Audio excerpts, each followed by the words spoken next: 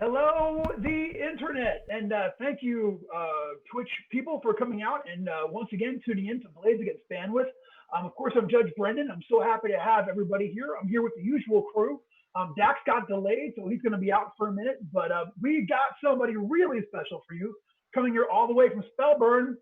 We have the great Julian Brugger, who we're super happy to have. So, real quick, I want to say a big thanks to everybody who came out and gave to our Fisher House charity money thing we did a couple of weeks ago. So I just want to go ahead and say a big shout out to everybody who supported it and threw some love towards Fisher House, which we very much support. We can get Christian Omensink, our own Valerie Emerson. Hello, Val. Val asked to not to also be left out of the raffle, which is extra cool. So did Brad and Jeff McDevitt, who hopefully they're watching. Hi guys, they get in. We'll really appreciate that. Todd Anhel and Sam Kinnear, and of course Sean Kelly. Sean Kelly, who actually won the raffle and is going to get a hard copy of the Hubris RPG, which I'm really excited about.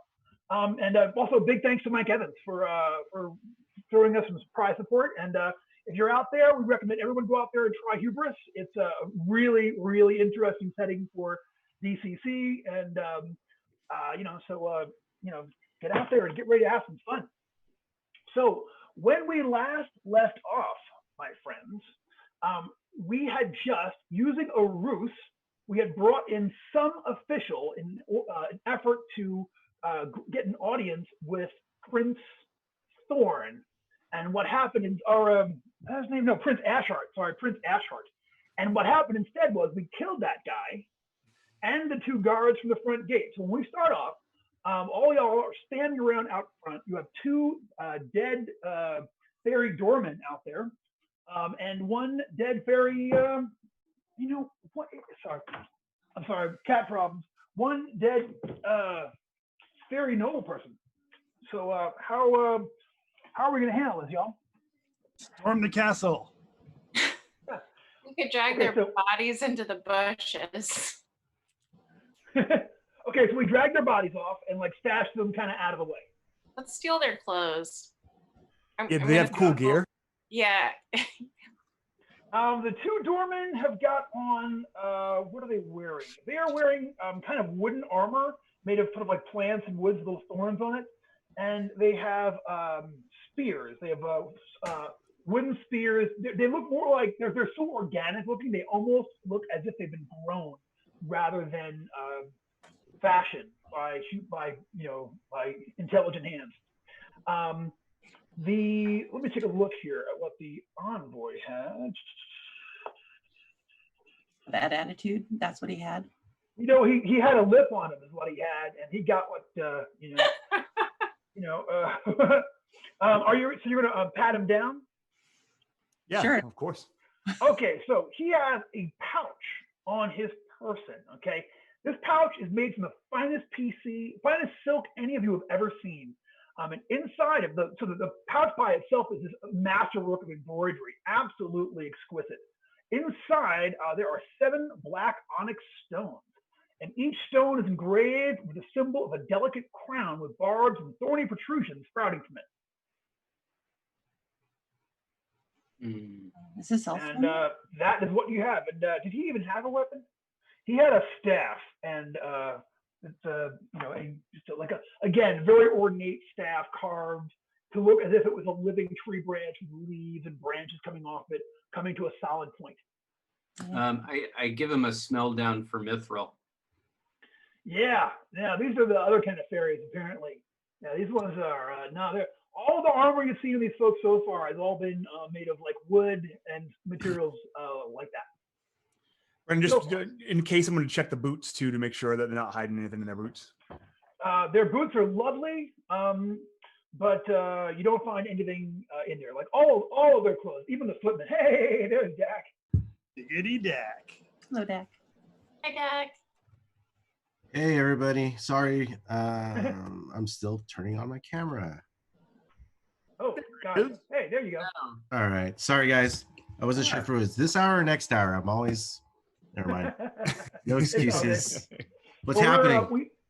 we just nothing's happened yet. We just got back and kind of reviewed what happened. The only thing we did is that the PCs took those 2 fairy doormen and that fairy nobleman that y'all beat down last time, Yeah. dragged them off, hid their bodies, took and patted them down for possessions. They took some stuff from them, including a pouch with 7 onyx stones, each of which had a crown embossed upon it. And that Right. is that's it. Let's talk about. So we're going to try to grab their clothes. You said you said Wiggs, give me a luck check. Roll a d20 and roll low under their luck. Under your Also, luck. who's holding on to those onyx stones? Yeah, good question. I mean, I could hold them if you want me to. 11. I made it by a bunch. Maybe by a bunch. Okay, yeah. I will say that miraculously, with just a little bit of alteration, you guys could. These clothes are not so torn and bloody that you can't wear them. It's not like ridiculous for you to go out there with like a giant split down there with like blood all the way across it. They're the damage to all the clothes is minimal, so that you can actually wear them if you needed to. But they're really slick though. They're like really made for extremely fey humanoids who are quite a bit smaller than the average human. So I mean, I already pass as an elf because I'm an elf, but if there's another member of the party that either needs an armor class boost or can fit them, I think that would be wise. Because like I can wander through here almost no problem. You're going to put on one of their. Are you going to put on the nobleman's outfit or the one of the footman's outfits? Well, I don't Right. necessarily need to put on anything. Okay, But if you're there's, going to keep them. or well, if another member of the party needs it more, I think. Gotcha. I mean, could even a burly guy like my guy even fit in this armor? You know what? We've never talked body types. Why don't you? If this is clothes. This isn't armor. This is just regular clothes. So, Okay, okay. Like to disguise yourself, you know. But if you want to, give me a luck check. Roll a d20 and roll low. And if I roll an 8, and my luck is 15. yeah, you know what? You're more of a wiry kind of a guy like that. You know what I'm saying? So All right, yeah, you can fit into one of these. All right. One of their outfits. I'll wear one of these outfits. All right. Are you I'll going to throw put the on tunic on. the nobleman's outfit or one of the Guards. One of the guards. Okay, you have the outfit from one of the guards from Area 1-1. All right, cool. So thusly bedecked. What do we do? It's just, yeah, I guess maybe not just I forgot Dak's character's name. I'm sorry. Ernie. Ernie Great. and maybe also Wiggs. If they were both disguised as guards, then we would look like we had an escort as opposed to a bunch of Well, strangers walking around. I'm just gonna throw this out there. There's no mistaking Fae for human. These Right. Fae, okay, these Fae are very Fae. So But you Wiggs know, is Wiggs is an not elf. quite Yes. Fae enough. But even the like, you know, like the even Wiggs Wiggs is a mortal elf as opposed to an immortal Fae. So while Wiggs definitely looks like they belong here, they don't necessarily look like they belong. Like they you know, like they're, you know, they don't look specifically like they're from the actual Twilight realm, the actual Fae lands. But at a distance, maybe? At a Or- distance, yeah, you could pull it off, possibly, sure. Okay, sure. Well, I think All right. regardless, we need to be careful. And I mean, we're here and the door's open, so maybe we go in. Sure. Just elves. Let's go. Nice. All right. So, but what's our plan though? Are we going there to try to get them to stop attacking the mortal realm? Are we trying to assault them? Are we trying to go? I mean, diplomacy didn't really work for us last time. Maybe someone else could try to do the diplomacy. Yeah, maybe TM Arthur shouldn't be the one. These elves are rude as hell. So maybe Wiggs or someone could try to do the talking. I mean, Forrester could flex and maybe scare them. You know, that's like the intimidation factor. I have I'm a done. personality of 8, so Uh, Just, it just felt like the wheel of fate was against me. You know? What is it? The dodecahedron of fate just hated me that day, and let's just try to negotiate and convince me. Maybe if we could do a favor, convince this person it's in his best interest to, leave this village alone. Only one way to find out. We going in? Yeah. I vote for going in. Okay, so like the front entrance is a huge, big, open archway, and it goes back about 40 feet to a juncture. When you get inside there, the stone-lined hallway diverges to the left and to the right here.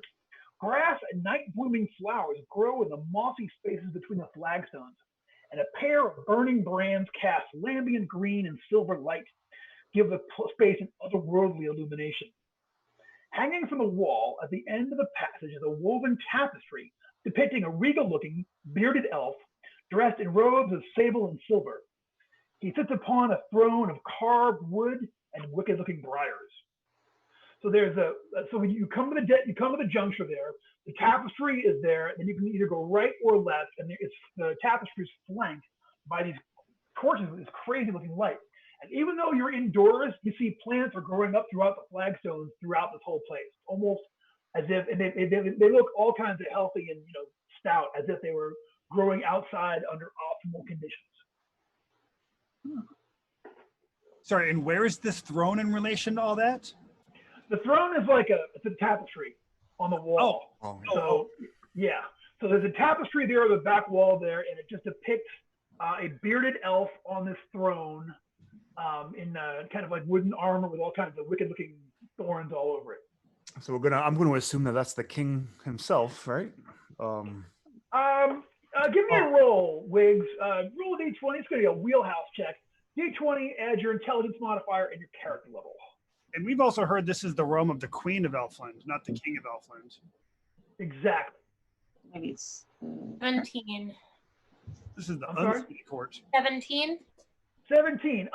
You're not sure who this tapestry depicts, but it is not the King of Elfland as you understand it. Whenever you see a picture of him, he always has a long white beard, long white hair and such. This is a much younger looking specimen. Of course it's the king. One elf could grow a beard and they made him king. Is that all it takes? Yep. Okay, so it's a dead end. I'm going to down the left way for the gold right. and shift down the right way for the gold, Brennan. Okay, so give me, let's not even roll for that. 1.3. I want to look behind the tapestry too. Yeah. Always a good idea. Okay, yeah, you check behind the tapestry and you don't see anything specifically. You're not getting Brank is not getting a sense of gold super nearby. You kind of like look to your left and look to your right. But when you do sniff down to your right, what you do smell, like you sniff to your right, and you can see that the passageway curve. You can't quite see around the whole curve, but what you smell from that way is cooking, like proper food happening. So the passageway to the right curves out of sight? Is it curving to the left or to the right? It curves to the right. So it like you come in this way. Check it out. You come in this way, and then it goes makes a little bit of a bow shape there on the top. So it kind of curves to the east. It comes back around west, and you can't see quite where it ends. But to the south way, you can see there's a door to your south, about 50 feet south, but it also the door is at a like the corner of an L juncture. So where there's that door there, or you could turn right and continue to go deeper into the Fairy Mound. I would like to take this time before we go any further Oh no. Say to it. cast Detect Evil.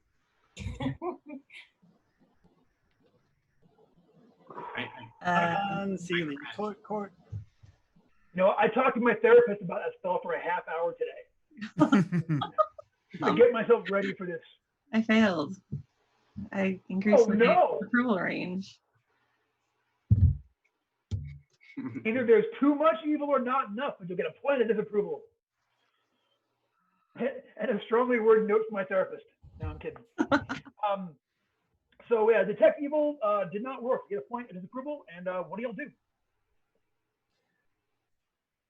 Do we want to go toward a door, or do we want to go down a hallway that veers off to the side?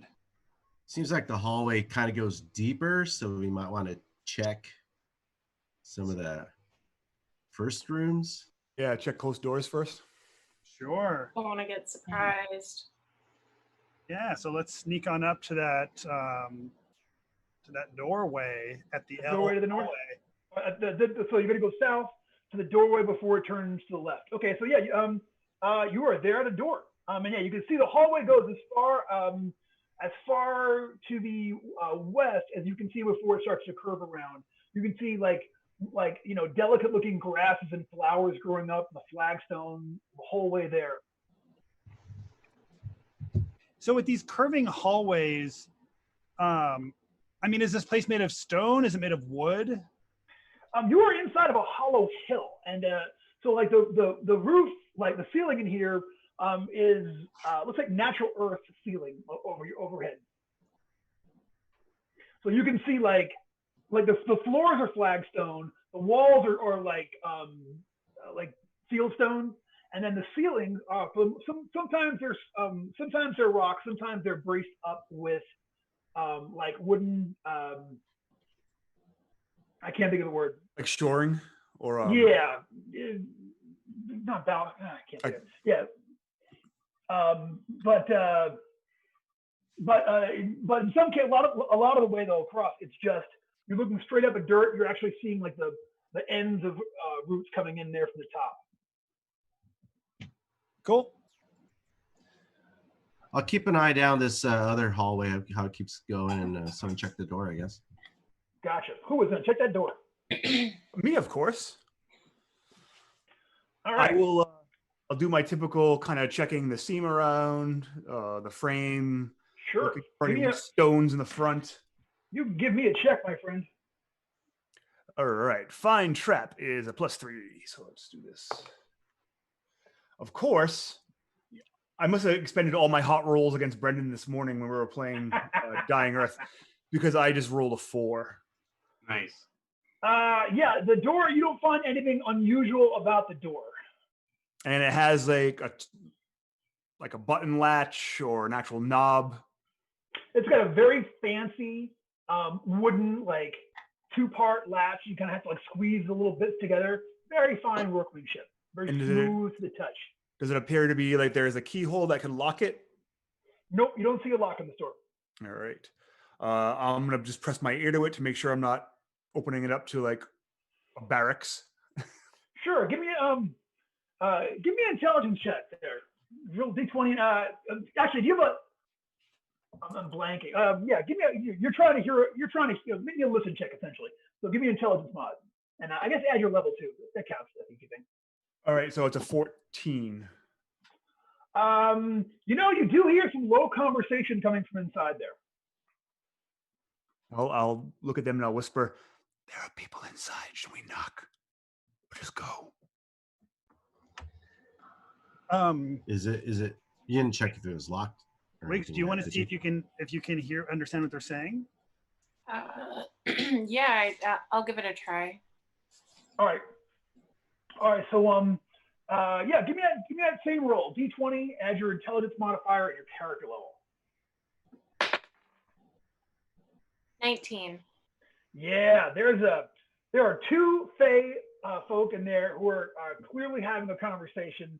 One of them is, you can't quite make out the words, but you can definitely hear the unmistakable tones of grousing.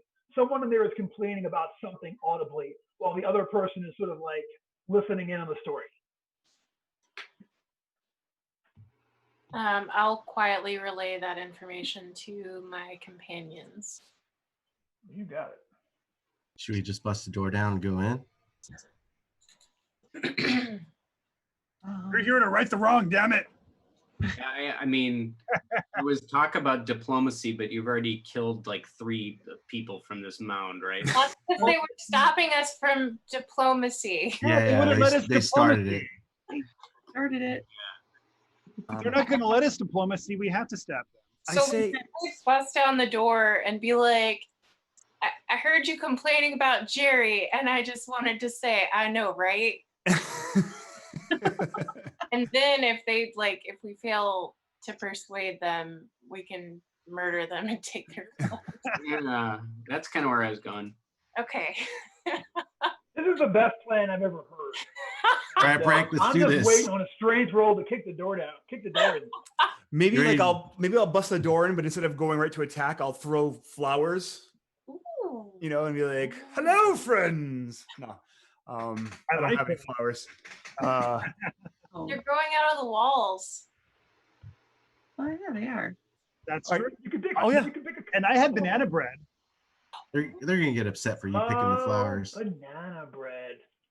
All right, so I'm gonna grab the latch and look back at my companions, and say, "All right, I'm gonna open this." Maybe I open it and you present the banana bread, but I'm gonna open it. Sounds good. 1, 2, 3, and I'll open it and. And with my one really big arm, I reach in and have a loaf of banana bread. And Gotcha. All right.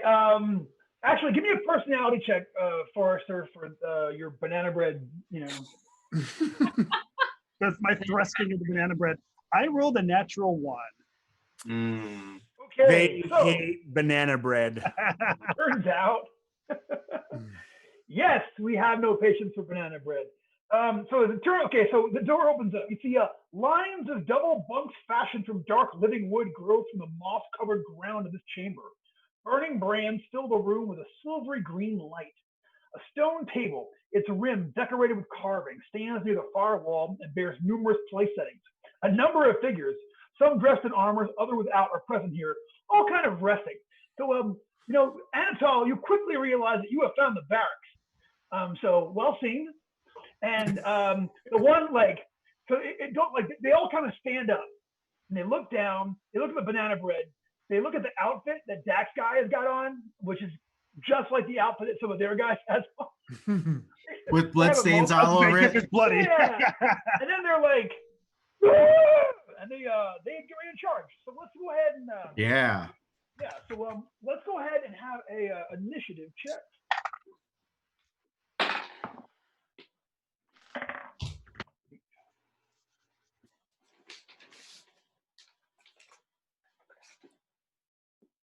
Okay, so what did Brent get? 12. 12 for Brent. Okay, Anatol. 17.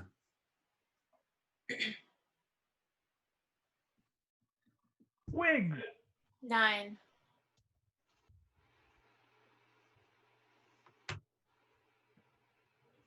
Forrester. 8.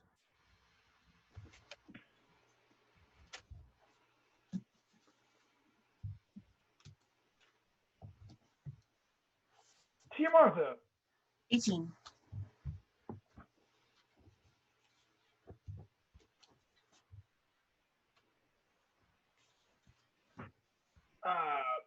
Ernie. 11. Oof, rock and roll 11, Ernie. Okay, so it's going to go Tia Martha, Anatol, Brank, Ernie, Wiggs, these Forrester, and then they're going to go last. So that does not bode well for the home team, but we'll see. So let me describe what you're looking at here as far as personnel. So there are 2 guards in here that look pretty much like the same guards you dealt with that were out front. Same kind of outfit. Then there are 2 other creatures that are very different. There's 3 of them, excuse me. They're 4 feet tall. They have blazing red eyes. Their faces are covered by black beards, and they wear old leather coats encrusted with moss. And then one of them is a big, like the only beefy fae you've actually seen here today. 6 foot tall, brutish, kind of a deep gray skin. It's got wearing kind of like regular, kind of peasant clothes, red peasant clothes and such. He's got kind of a vest on that opens up that shows off his prodigious, pot belly. And he's kind of like proudly poking out you guys like dun dun dun. He's got weapons. Oh gosh, and that is what you see. So there are 6 people, 2 elves, 3 beardos and the big dude. 2, 5, 6. Yep, that's exactly right. Mhm. Okay, and are there any doors in this room other than the Yes. one this came through? There surely is. So okay, so okay, this room is kind of kidney shaped. Okay, and there is one door at the far end of the kidney, and that leads to gosh knows where, and that is what you see. Directionally, which end of the room is the door on? So Southwest, east. I'm gonna see if I can show it like to the thing. So it's like that's not gonna work. You'll see too much stuff anyhow. So the door is north, like the door that you came in is on the north wall of this room. Okay, so you can picture it. The room is again kind of kidney shaped, and at the other end of the kidney is the other door. So like you guys would have to actually run through the room and kind of go back north to get to that other door. So it looks like it's going to kind of like go back into the compound from where you were. Okay, so the door's gonna, so the room kind of goes to the south, but then the door is kind of on the north end of that. Yeah, I'll see if I can draw you a quick. You could do whiteboard too. I need a lesson in whiteboard. See how that works. So I'm going to turn off my background for a minute here and show you what my room actually looks like. Apologies in advance. As long as they're on corpses on meat hooks, we're good. They're on wire hangers. No more wire hangers. No more. Yeah, no, they're not corpses. They're not quite dead yet. Okay. Ah! I know, right? Everybody say, Hi, Tina. Tina. all right, so this is y'all over here. Beep. Okay, up here in the corner. So there are beds here. There are beds here. They're all kind of like here, like, in this kind of area. The stone table is down here with chairs all around it. And then the other door is over here. So like they're a straight shot if they want to go that way to run out here. And y'all are here. And from the way that we see the hallway we came from, does it look like that hallway would connect to that other door as well? Or does it look like that would go somewhere else? I mean, it certainly could, but you don't know how far down it would go. You didn't see it from where you were there, but if it's certainly going in the correct direction to hook back up where you were. You want to split the party there, Forrester? No. Okay, so I am going to cast a spell.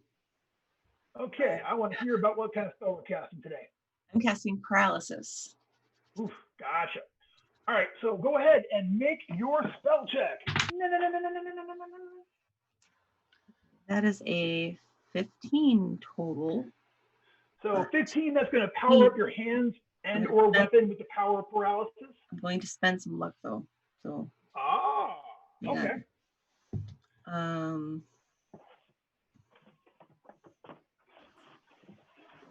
I think. Well, how much do you need to get up? I was hoping to get it to at least to a 20, because then I can just like designate things, one to be automatically paralyzed if they're 2 hit dice or less. Perfect. How about this? I'll give you 2, which will bring you up to a 19, and you can spend 1 to make it a 20. Ooh, if you get me to 19, then I could spend 5, and then that'll get me, I can get 3. Ooh, nice. I'm gonna spend 5 luck and get it to 24. All right. All right, you're gonna go for it. Okay, so that's all right. So you're gonna get 3 targets. So I'm going back to the description of the room. There are 2 fey creatures, 3, as we're calling them, beardos, and the 1 guy with the gray skin. So how is your paralysis gonna come down on those guys? The big guy with the belly. Big guy with belly. And then 2 of the beardos.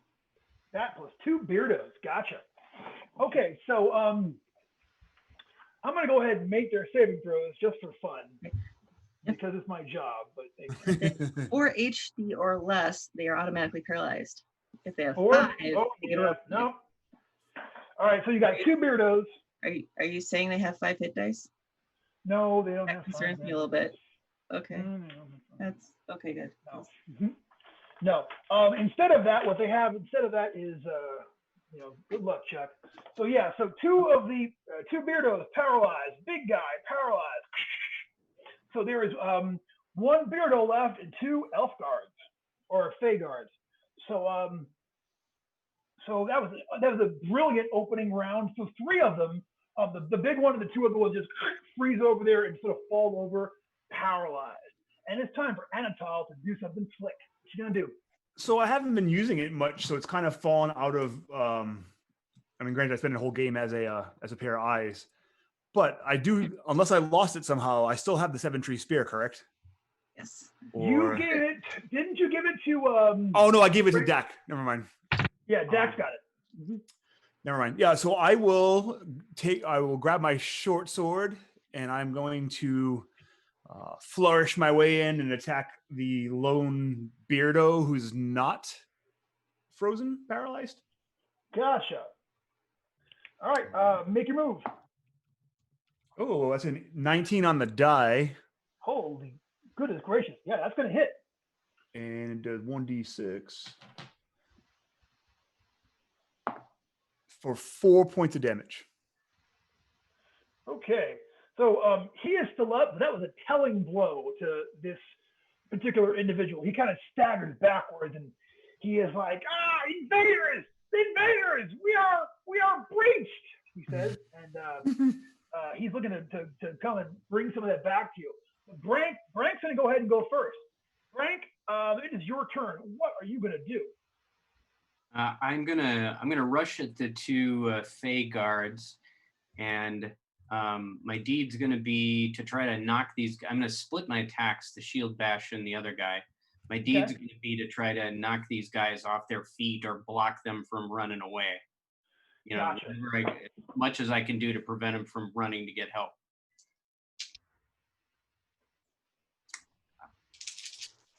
And then as I come in, I'm saying, I'm about to give you 10 pounds of sharpened diplomacy. Oh, fuck me. Let's see. That is, that's an 11 to hit with the axe. And yep, same roll. It's 11 to hit with the shield. All right. So you charge in, and the two of them kind of do this whirling about thing in such synchronicity that you can't imagine they haven't practiced it at some point. And now either one is standing on either side of you in the exact same sword position, like dun dun dun, looking like solid gold dancers with weapons. So that's all right though. The fight continues. That was fantastic of an attempt. Ernie, it's time to do something awesome. That's right, because it's my turn. I see that they've actually got him in a flank kind of position here. I'm gonna go and position myself. I'm just gonna charge in there. I'm gonna try to knock the last Beardo guy down. Also, he's not even he's trying to attack. He's about to attack Brank, right? Him and the other noble. I mean, yeah. Anatol actually ran over and slashed Beardo, and Beardo is cut. The two Fey guards are actually right now surrounding Brank. Oh, the two Fey guards are okay. Let me attack one of those guys. You got it. Yeah, I'll just go. I'm still gonna go for a trip type maneuver with my longsword. You got it. I rolled. Forgot to roll my deed. I got a 2 on the deed, so it's not gonna do it. But I got a 16. That's gonna do it. 17, 18 actually, 18, and the damage is 7 points of damage. Nice. So that Fey guy. And then I look at the other guy and I say, "Parlay, we're trying to talk here." You've got their Fey blood up. He looks at you with wild eyes and is like, "There can be no parlaying with the mortals." And but it's still not their turn. They're just talking shit. They can't deliver on yet because Wiggs gets to do something horrific first. Wiggs, tell them how you living. Magic missile. Yeah. Right in the face. Yeah. Nice. A finger gets thrown. Whoa! One of the fingers from the bandolier comes out. Bone to pick. That is it. Yeah, Brink, Wiggs has a bandolier of fingers And toes. and toes. One's fingers and then the other's toes. Every time I launch one, some Ennio Morricone music plays. It's fabulous. Single missile, 1 die 4. Okay, are you going to shoot? Are you going to fire it at the unwounded Fey Guard, the wounded Fey Guard, or the wounded Beardo? We'll do unwounded Fey. Unwounded Fey Guard. Give me some damage. 3 points of damage. Oh. All right, they are still. Oh wait, no, plus caster level. Sorry, 4 points of damage. Okay, every point. They are still up. But the fourth year magic missile has clearly done some damage to them, and they are hurting pretty good. But that's okay though. Forrester, it is your turn, and you can do something awesome. All right, so Forrester is of course going Murder Hobbit. Wait, no, that didn't. You have a Guy Fieri shirt now. Oh. Murder Hobbit. So you're kind of- So I'm going to go ahead and attack the one that Wiggs just blasted in the face. Gotcha. And I've got a 15 and a 5. 15 is going to hit, my friend. Give me My some numbers. 15 is going to do 6 points of damage. Oh, okay. So they're just as they think they're recovering from this magic missile and getting ready to go for their weapon, you run over and just stab that guy, like slash him right across his head. Axe in the face. And yeah, he falls over, clutching his face. It's too late. He has bled out. There are 2 left. So here is what's going to happen. Men call him Beardo, but here's what he is going to do. He is going to reach out after Anatol is the one that's on top of him. Is he going to do that? Yeah. He is actually going to reach out and like just try to touch you. So here comes that touch attack. What's your armor class? It is a 14. Yeah. Still gonna hit. All right. Go ahead and give me a DC 10 Fortitude save. I got a 10 exactly. Nice. You know, for a moment you feel like feverish and lightheaded, but you kind of fight it off.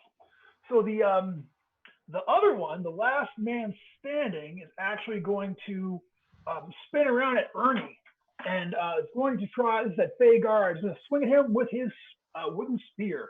Here comes that spear. Give it. That is going to be a 5. Bad day for Fey. Swings and then can't hit. And then for his move action, he's actually going to run, headed for that far door. Run away. So Ernie, you can take a free shot on them as they run off. Your mic's off. Your mic's off. Oh God. Your volume's down. My mic's off. Yeah, I got it. I couldn't turn it on for some reason. Okay. Yeah. So I do get my free pop bottom. So yeah, use the same deep die drop you had last time. Use that for the attack as well. Okay, the same one I rolled last time, the 2. Okay. Yep. All right. No. 7, 8, 9. Yeah, they are going to run. So they cannot make it to the door this round, but they are on their way towards running for that door. They are running for help. Do we know if a 13 would hit? We don't. I'll go ahead and say you're looking for a 14. A rock and roll 14 is what you need. Yeah, I rolled a natural 5 first. Ernie, if I gave you 2, that would take you to a 13. Do you want to bring that up to a 14 with spending a luck of your own? Sure, I could do that. Okay, Totally forward to do that. All right, let's do it. That'd be How much damage? 11 points of damage. Yeah. Oh, goodness gracious. So I rolled an 8. That one, he stabs and then just tries to like dodge off and run down there, and like as he's going, like Ernie just does like a flying swallow turn, clips him across the back of his neck. He falls down. He crawls another couple of feet and then collapses onto the flagstone ground there. There's one left. It's Beardo. Yeah, I said I meant to do that. It's Tia Martha. Great. Can I reach him and attack this round? Yeah, you can run up and attack the fellow with the beard. Then I will do that. All right. Draw my sword and run him through. Yell Gotcha. something devastating about Justicia and his mother. I don't know. That's a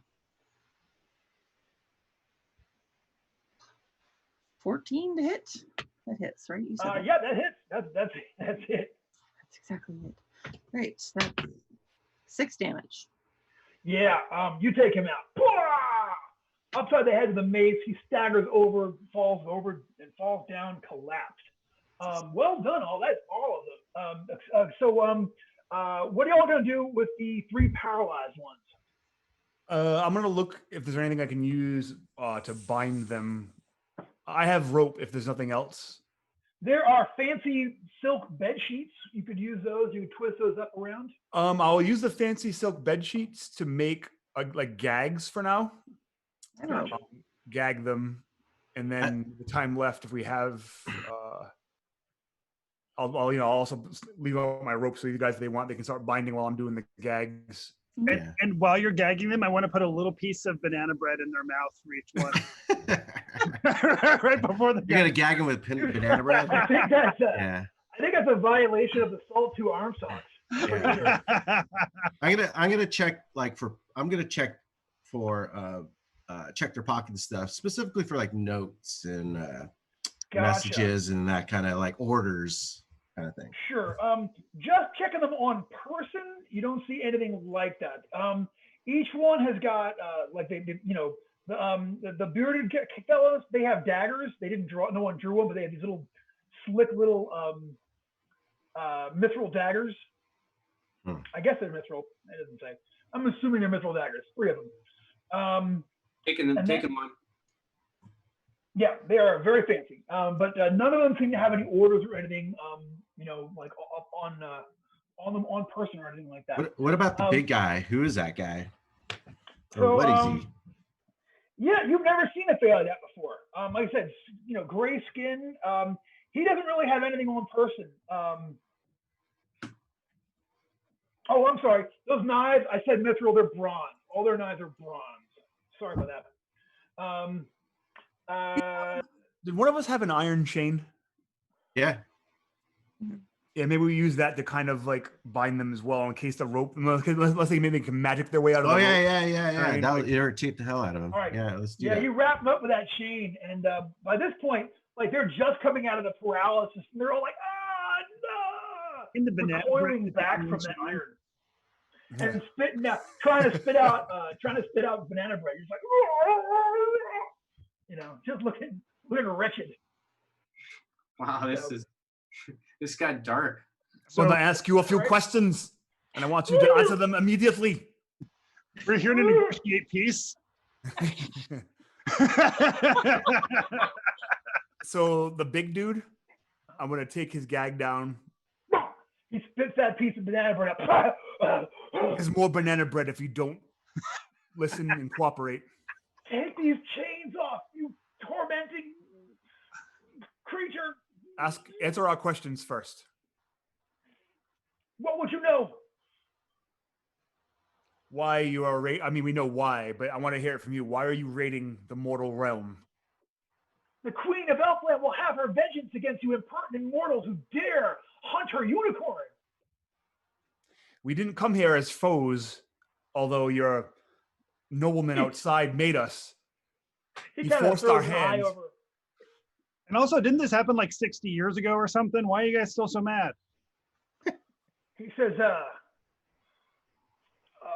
he said that, he's like now the unseelie court has come into its power. And now we all become our true selves, our true unseelie selves. And now shall we have the revenge that's been due to us. But the man who hunted the unicorn is dead. So who? Yes. Why would you get revenge on us? We didn't kill the unicorn. He's We'll dead. have revenge on the entire mortal realm. And he looks over specifically at Wiggs and those betrayers who would denigrate themselves by comporting with such filth. So how would you feel if an elf did something that humans didn't agree with, so humans decided to kill all elves and all magic creatures? Humans don't have the ability to do that. We But are Look if they around at did- your friends. So it's not a matter of what's right, it's a matter of who has the most power? He says, Period. of course it's a matter of who has the most power. Look, let me tell you something, elfling, mortal scum. If you have the ability to kill us, you should take that opportunity now because, you know, if you do not, our revenge shall be complete and total. You think this was bad?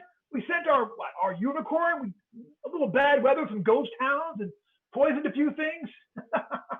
That's nothing. That is children's play compared to what shall be next. If you do not let us go immediately, run to me or fall upon your knees and beg for forgiveness from Prince Ashheart. Calm down, or else there's more banana bread in there for you. I mean, Tell us what's coming next. What'd you say? Tell us I what's coming was- next. sorry, go ahead, Wiggs. No, you go ahead. I keep on starting fights when I talk to the elves. I feel like we're all starting fights with the elves right now. Yeah, I know. I was just gonna say, I mean, these guys, I mean, I don't know if this guy here, I say to Wiggs, pointing at our captive, can really threaten anything. I mean, who is he? He's sitting here in a barracks. He's clearly not that important. And he's also saying that if we let him go, he's going to kill us. And if we kill him, he's going to kill us. You know, it's like, it seems like he's going to kill us either way. Is the big guy wearing armor? No, I'm he's not saying all wearing these armor. things. I'm saying all these things very loudly in front of them. Yeah, the only thing he has a little tiny knife, and he has a huge maul made of stone. Ooh. What are you anyway? I've never seen a Fae quite like you. I've never really seen Fae before. I am a Furblog. I hope I'm pronouncing that correctly, he says. Furbolg, I guess it is. Furbolg. Is the queen in residence here or just the prince? Just the prince. The queen would not sully her hands to come this close to the mortal realms.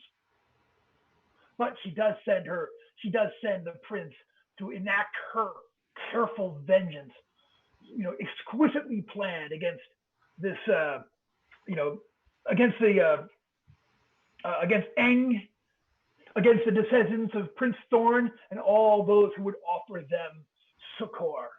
So let's say theoretically we murder you and the prince and everybody in this palace and return to the mortal realm. Well, what kind of problems would we be facing? You know, theoretically, asking for a friend. A curse of such potency that you shall never, ever, ever recover. Okay, Unless you so- make amends, fall upon your knees and beg for forgiveness from Prince Ashheart and beg that he not take out his rightful vengeance. He doesn't wiggle his hands. But you're already telling us you're going to take out vengeance against us even if we let you go. So it seems like it's vengeance, or vengeance that we have to choose between. So what are amends? Like, if we could make amends for the unicorn that was killed, then everyone would be happy. So what would be appropriate? Yes, it is not for us to say, but, and he looks over at the other two guards, he says, the other two beardos, and he says, untie us, and we shall allow you all to untie us, and we'll take you to the prince right now and allow you to plead his case. And one of the gagged beardos is like, I'll take his gag down. He says, no, he lies. There is a secret he is not telling you. He says, ungag my brother here, and we shall tell you what you truly must know if you are to go and deal with the prince. Tell us yourself. I cannot. I can only speak half the words, and he can speak the other half. Okay, so do you speak the first half or the second half? I speak the first half, and he shall speak the second. Perfect. So go ahead and say your first half, and then we'll gag you back up and ungag him. While this is happening, I'm gonna go towards that far door and just like keep an eye out on that far So door. post up by that far door, like in case somebody comes through, you're gonna be there, like going for it and such. Gotcha. Yeah, I'll trip him. Yeah. Okay. Good. So yeah, you are standing next to the door, getting ready to group up somebody that comes through with violence or any kind of intent. Brendan, Says, yes. Brake's picking up that maul. I think I'm in love. Yeah, it's heavy, baby, but boy, oh boy. So this maul, okay, it's going to do a die 6 plus strength mod. It is two-handed. Die 6 only? Yeah, a big stone maul. You think it'd do more damage than that? I guess it's kind of like longish with a kind of smallish head. You know what I'm saying? Like, you can whip it around like a spear and bonk somebody, but it's beautifully worked elf stone though. Change your mind. Yeah. Like, this thing ain't got no weight to it. You chunk it. I got you. So he says, no, you have to untie us both, but we can tell you our message. Don't do it. I'm not planning on it. Yeah, I don't All trust you. You're trying to fool us with some kind of fey What are magic. your motivations for Like telling us complete this trickery. secret? Let's just hear the first half of the message from the guy that's willing to tell it to us, and maybe we can fill in the gaps. I'm kind of glad it's not an every other word kind of thing. Yeah. Yeah. Why He would says, you want yes, us? come close, cousin elf, and I shall whisper it to you.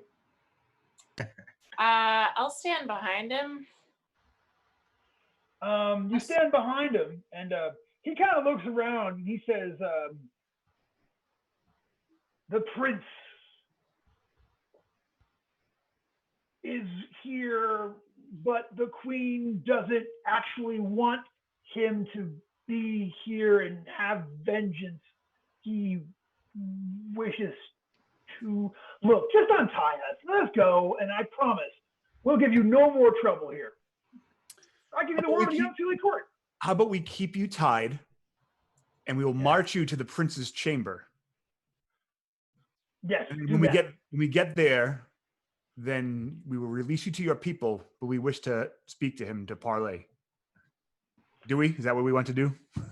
Yeah, let's Sure. deal. I was under Come on, impression. Brayden.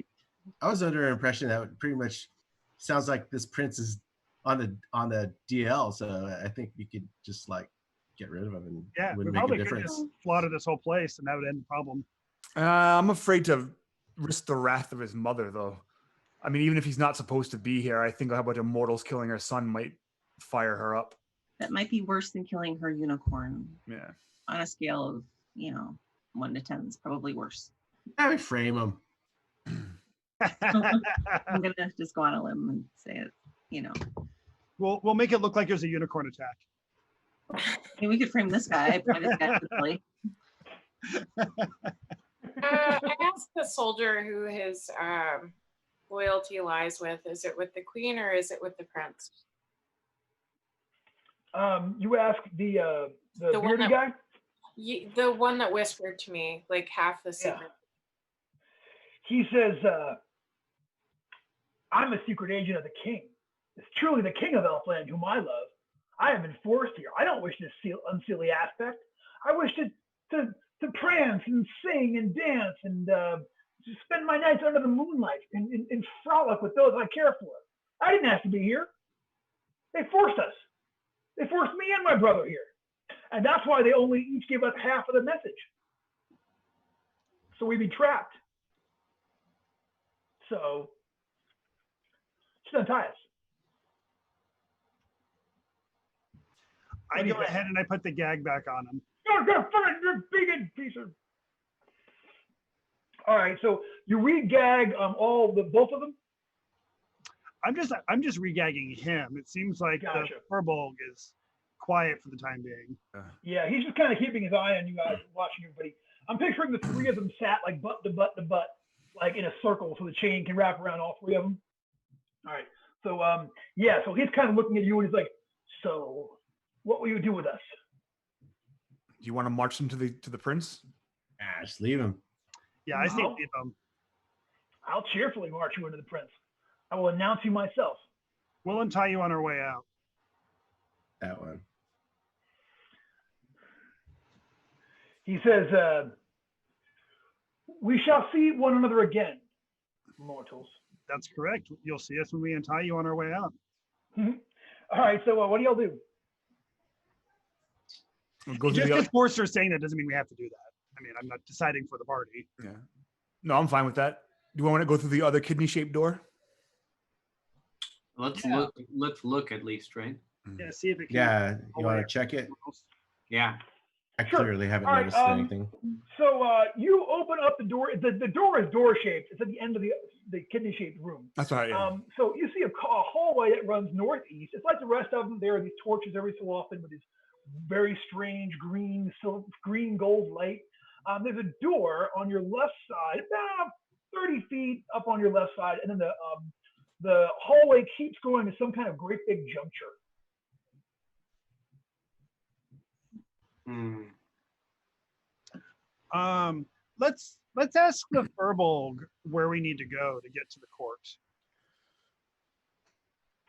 All right, you ungag him, and what do you say? Well, I haven't ungagged him yet. I'm asking the group. Oh, okay. I don't know. Can we trust him to tell us the right way, though? I don't know. I mean, it doesn't hurt to ask, I guess. Hey, furry. I'll go in and gag him. Which way to the court?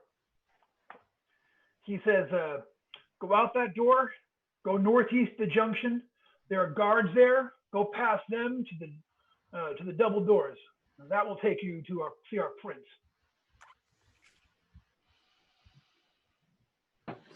I'll cover his mouth, and the other guy that we were talking to, is he telling the truth? He's like, do you ungag him? Oh yeah. One second. Okay, everybody, so no one's really said except for Ernie, so you were over by the far door. So Tim, you're right there. So I want the rest of y'all to make kind of a luck check. But here's the thing. You can make it with a D16. So roll a D16 and try to get under your current luck score. Everybody but Anatol, you're in this. So Forrester, D16, Tia Martha, D16, Wiggs, D16, and Brian, D16. Ernie, you're still keeping by that door over there, like keeping guard, so you're... Oh, I don't have to roll this? Okay. Yeah, you have to roll. I made it. You made it? Okay. No, you failed. Tia Martha? No, I failed. Fail. Wiggs? You make it? Okay, so Anatol, Forrester, and Tia Martha, he opens his mouth and like gouts out a hideous, like icy cold breath. All y'all make me a DC 10 fortitude save. What? Did I see all this? I see all this, right? Oh yeah. Oh, You can't miss it. immediately. It's like a... Yeah, I immediately go. While they're doing this, I see it. I'm going to be running towards them. I'm going to knock him in the head. Gotcha. All right. So go ahead and roll Or me a chop his save- head off. It's Anatol, Forrester, Wiggs, please make me a saving throw, DC 10. I made it 13. Made it 12. You made it. Okay, so you managed to like get out of the way before it before it like it doesn't actually freeze your skin. At which point Ernie runs up and you are right there. What are you gonna do? So he didn't get anybody, right? No, he went for it. He was trying to get you to ungag his buddy so they get a double blast like on everybody, and Okay, I just grab him by his probably too perfect hair and I stick my sword up to his neck and say, do that again and you're done. And I put some banana bread in his mouth. There you go. No, More banana bread for you. And I regag. Dude, you know that the Fey poet shall sing of this day. The banana bread's gonna have a whole section. Whole chapter on banana bread. It can't be What that. rhymes with... Say again? It can't be that bad. I kind of want to try it, like when we're not in a combat situation. Well, let's just say the elves have one word that means much, much, much too much baking powder. Just throwing it out there. They got it You know. All right. So all right. So we gagged, and what do y'all do? I guess maybe we just start go. I think we should just maybe follow instructions and go in that direction and see if it kind of matches up. Yep. Yeah. Yep. Yeah. And we walk with a strut. All right. So the you guys walk up there, and when y'all get there, you walk past that one door. You walk up. Okay, so you see a pair of armed guards standing beside a set of closed doors. Near them, so when they see you coming, like, you know, they see you coming and like see your gear and like, you know, they see that what Ernie's wearing, and they are, you know, shocked. And the one bangs the door behind him with his hand, like, oh, we are invaded. Dum, dum, dum, dum, dum. And let's go ahead and roll initiative because it's about to be a fight up in Shaw. What? They don't want to talk. No, they're horrified that you guys are in their spot. What a waste of a natural 20. So First is first. so a total of 21, Anton? 23. Jeez. Oh, it's fine. Okay, rank. 15.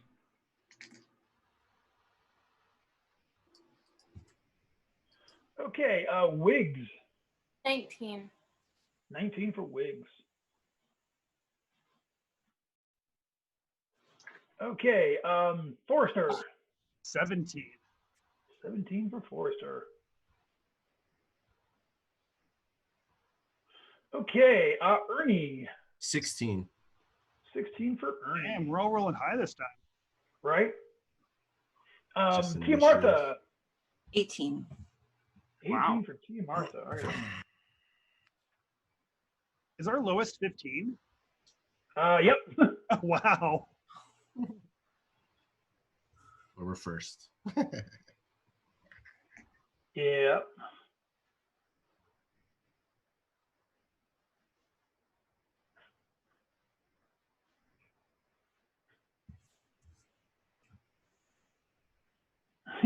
And they're going on 4, so that's just terrible. All right, so Anatol, you can go first. There are 2 of them there. They are holding spears, and they are standing by the double doors. They have just banged on them to let folks know that there are people coming. And are they close enough for me to make it to them and engage them in melee? Yeah, you can run up. You actually have to go. You can go for a charge attack if you want to. All right. I'm going to fight two-handed since I have such a high agility. It makes sense to. Sure. So you have I'm the chart in front of you with all the minuses yeah, and everything? Yeah, so All right. essentially my primary hand is normal and I get -1 on my offhand. Goodness gracious. All right, All right, so I run up to one with my primary hand and short sword, and I go to stick him, and I get a 19 on the die, which is my total because I don't have a base attack bonus. Nice. yeah, do it up. So that one's he takes 2, and I will follow it up with my dagger. But I only get a 7. That's gonna miss. Okay, it is Wiggs and then Tia Martha. Wiggs. Magic missile. Toe All fling. right. The back of the head.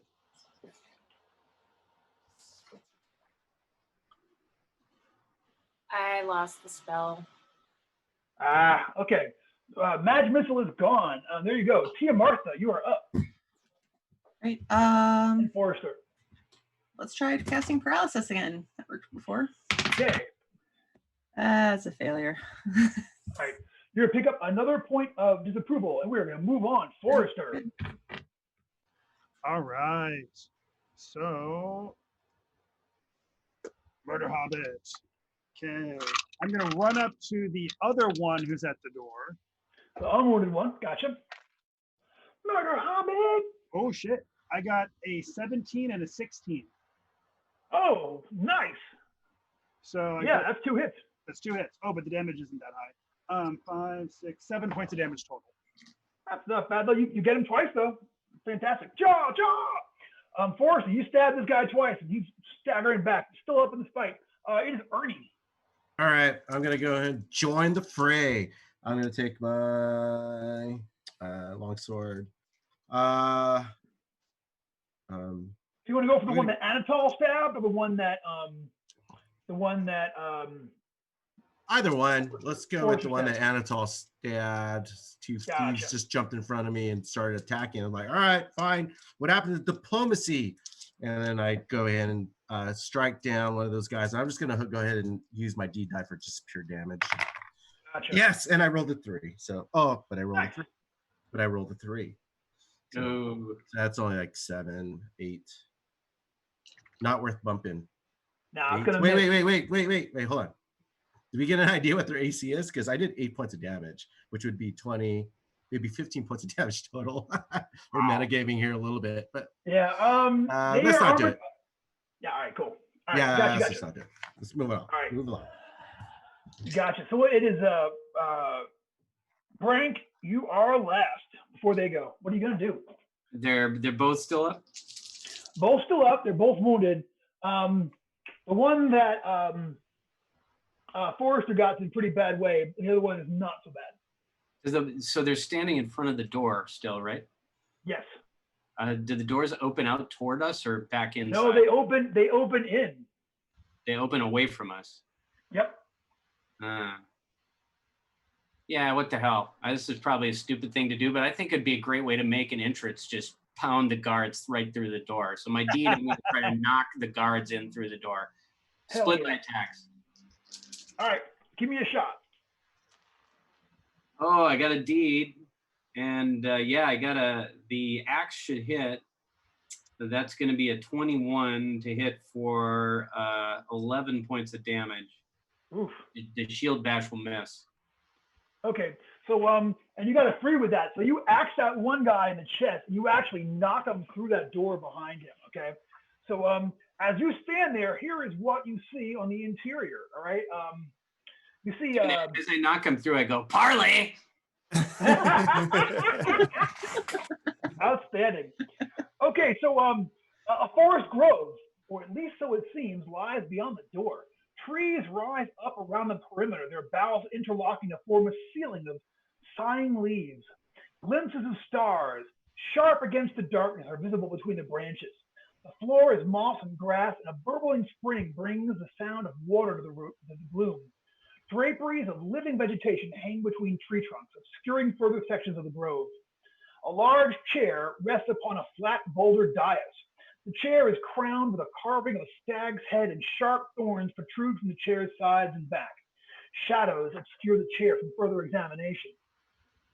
And sitting on the chair is an elf, a bearded elf that looks very, very much like the guy in the tapestry that you saw in the early thing. So he is there. There are 4 guards inside there as well. There are a couple of courtesans. There's a band playing and some dancers. So there's like a total of 12 people in here. And like the music, the music was slowing down a second ago, and now it is completely stopped.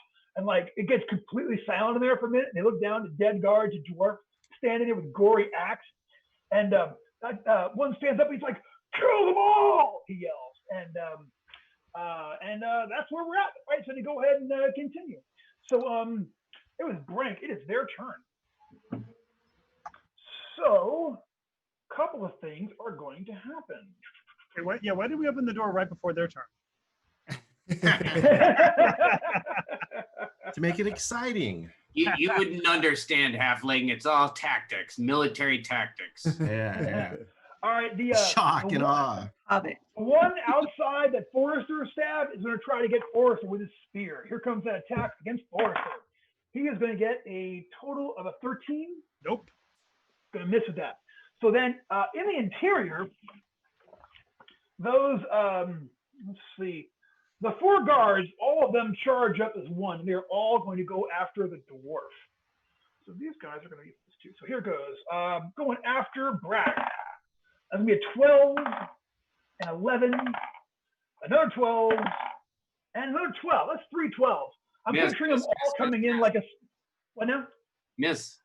Yeah. So you kind of like, ha-ha, like shove them all away from over there. So the two like noblemen who are standing over there, both of them run. They draw their longswords, and they stand. They stand in front of the what we assume is the prince in kind of a defensive stand up there at the base of the throne. And then the band and the other ones, the dancers, they all kind of dip. They're just like, like skedaddling to get out of here. No weapons, non-combatants. So hold on a moment. Yeah, there's a door on the so you guys came into the south wall of this room.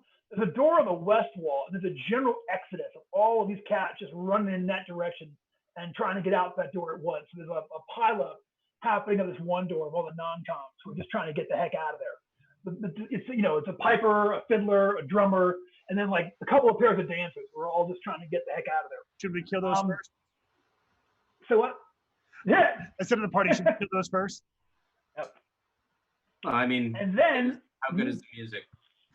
I mean, you only heard the last little bit. You know what I mean? Like you came in and the needle came off the record, and get back to plan. Give me something I can beat my buddy's ass to.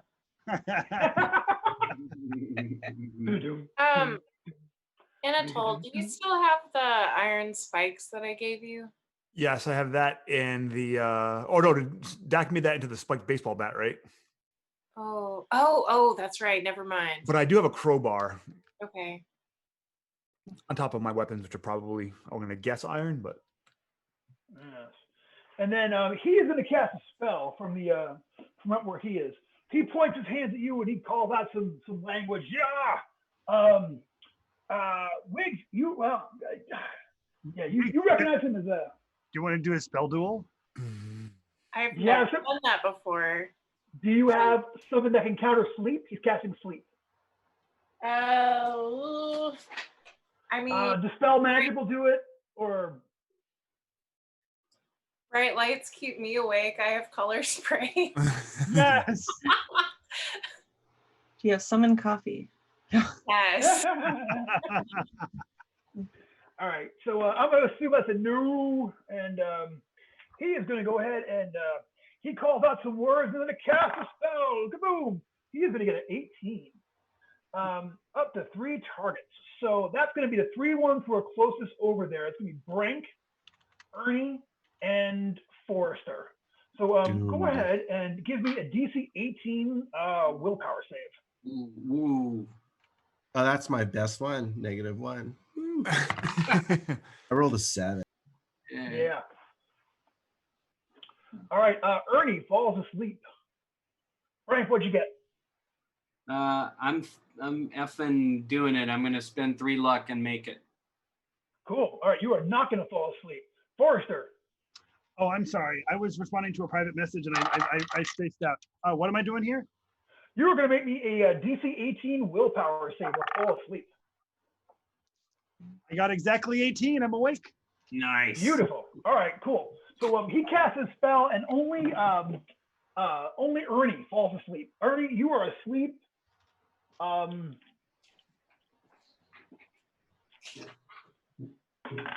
For quite some time.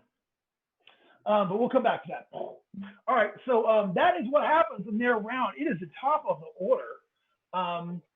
So with the fight continuing, it is Anatole up first. Anatole, you see that the whoever it was up there, like that again looks just like the prince from the thing has cast a spell. He's got 2 guys that are in front of him. There are 4 guards. Actually, it's a total of 5 guards between you.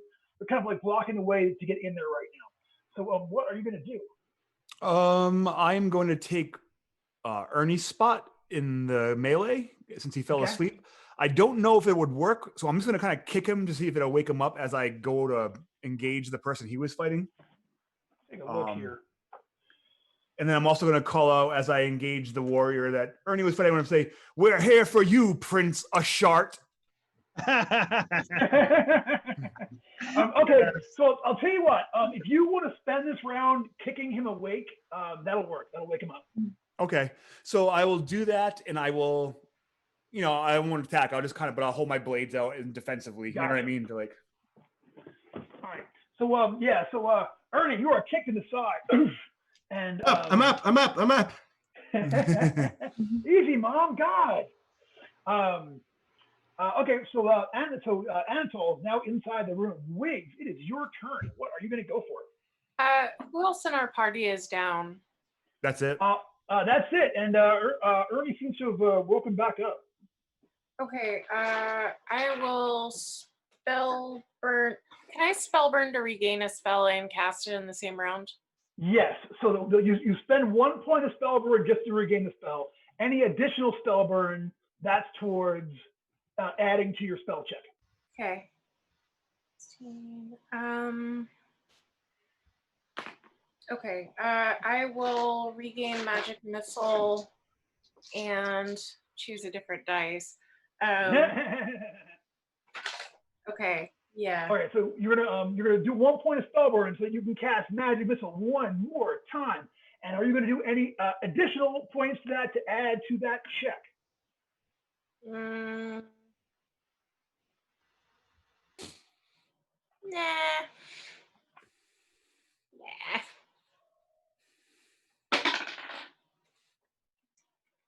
19. Nice.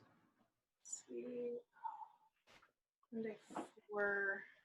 Okay, 1d4 missiles that deal 1d4 plus caster level.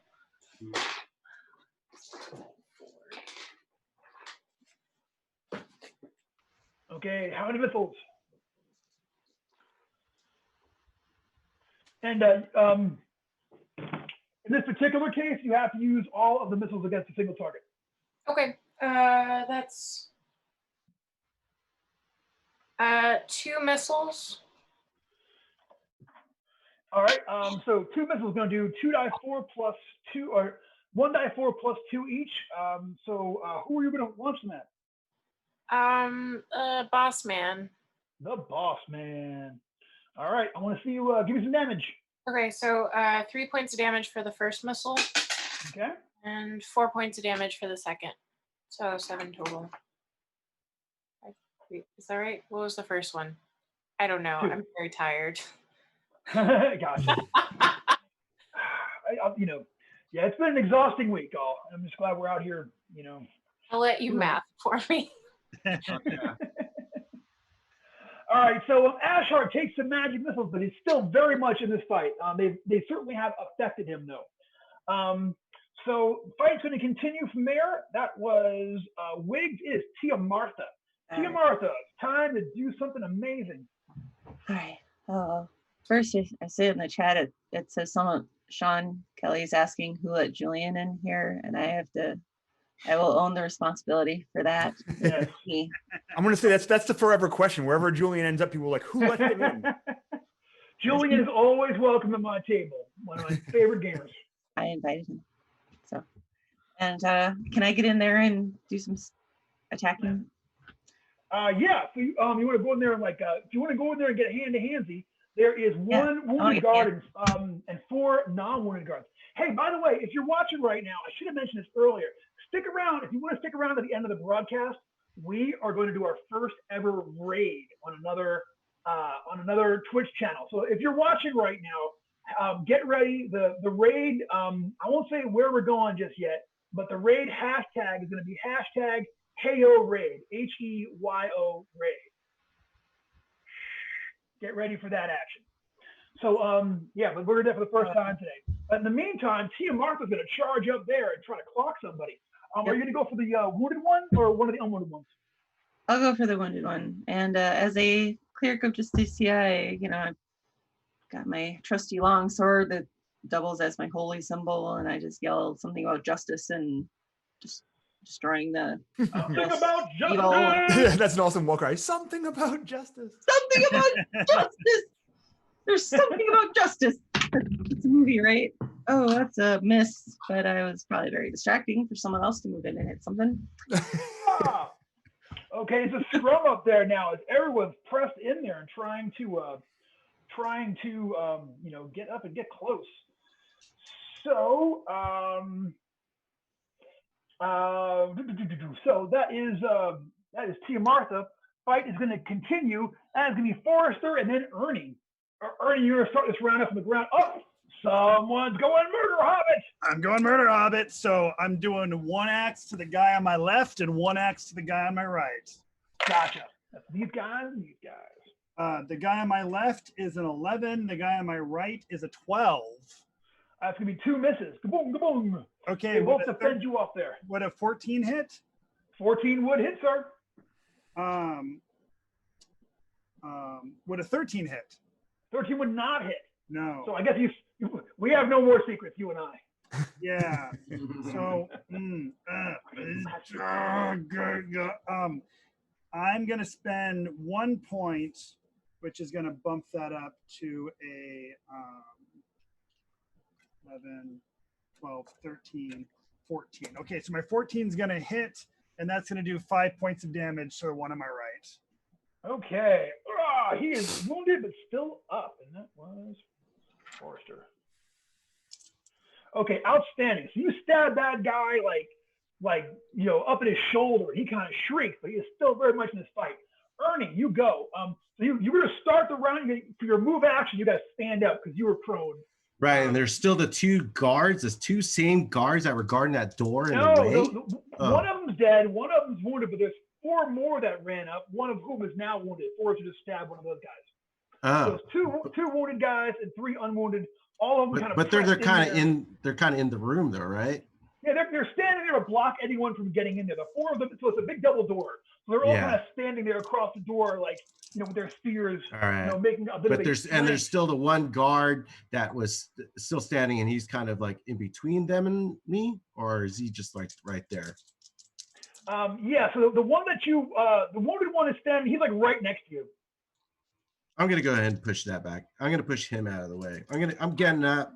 I'm gonna use my ID for a pushback, and I'm gonna try to push him into the other guys. How is it from Hugh? Not enough. All right, with my 13. I got a 13. Oh, I'll burn some luck and just make that 14. All right, 1 point of luck gets you in the door. All right, that's enough for me to do 6 points of damage to that guy, but I did not get my mighty deed. Gotcha. So you actually killed that one. Douche. Yeah, and then I act like I pushed them back, and I tell these guys, stand down, or live like this guy, or the opposite of that.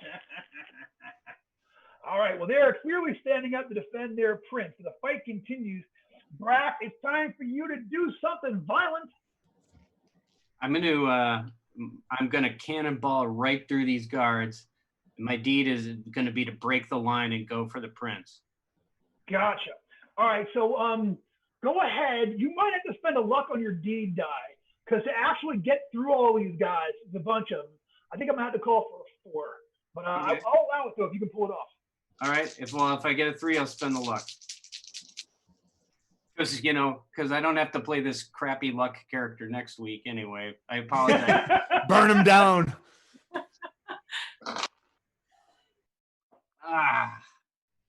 Let's see. I don't know. Halfling, do you want to give me a shot? I got a crit on the shield bash. Ooh. How far are you from the? I'm 2 off on the deed. Sure. So this is probably the last bit of luck I can give out for a while, but you are now at your deed. Do you, Brendan? Can I spend a luck on the deed like that? Absolutely. All right. So I got asked Joseph. Good. I got a crit on the deed dice. So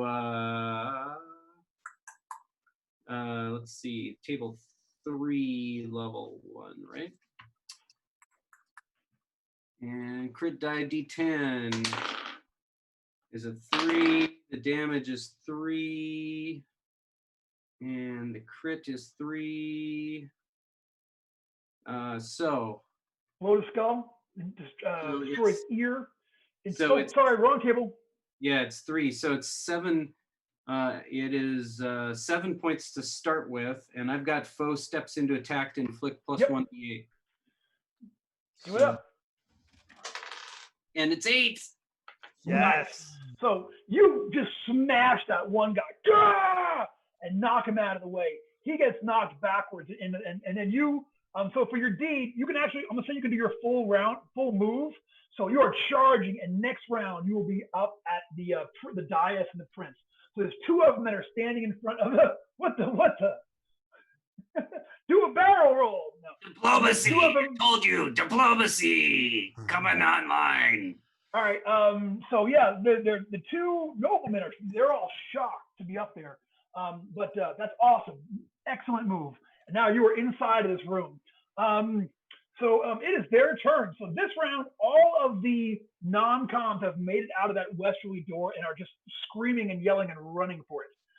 They're at the gate. God, what's going to happen? Okay, so there are three of them left there, and that one is wounded. So the wounded one is going to turn around and actually charge at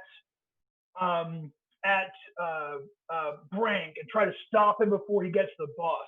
However, he's up there fighting with Forrester. So Forrester, you can take a attack roll on him if he tries to get over there. All right, so that attack is a 19. Criminy, give me some damage. 11. Ooh. Yeah, cut down in the prime of life. Nice move, Yes. Forrester. So he runs over there and tries to collapse on top of Brank and take him out. But that did not work out so great. So that's all right though, because the other two guards that are there, one of them is going to go after Anatol. Anatol, here comes the guy with a spear. He's going to get a total of 21. Yeah, that's going to do. Thank you. You're going to take 3 points of damage from the spear. The other one is going to go after Ernie. Ernie, here comes an attack at you. Oh, that is going to be a 20. I'm on fire over here. And you're going to take 4 points of damage. And then the two noblemen that had gotten in front of the boss, the elf with the beard, they come charging down those steps to meet Brank's charge. So here come the two of them. They have got 1 second. They got long swords. Double checking. Yeah, the two of them are going to come charging up with their long swords. Here comes long sword at Brank. It's going to be an 18. Yep. And then other long sword at Brank is going to be actually 12. That's not great. Yes. So 18, you're going to take 2 points of damage where he slashes you. And then up on his throne over there, the prince is going to cast a spell. Suddenly you hear, say again? So tell him to stop it. Yeah, Wiggs, you want to try to touch my charm person? You got something for that? To charm person? I don't have the spell charm person. I'll take a dispel magic or I got nothing else for charm person. I think it's the only other counter it. I don't have dispel magic. Gotcha. So that's not going to go off this round, but here it goes. He is going to cast his spell at Brank. Here comes that roll. He's going to get an 18. Brank, give me a DC 18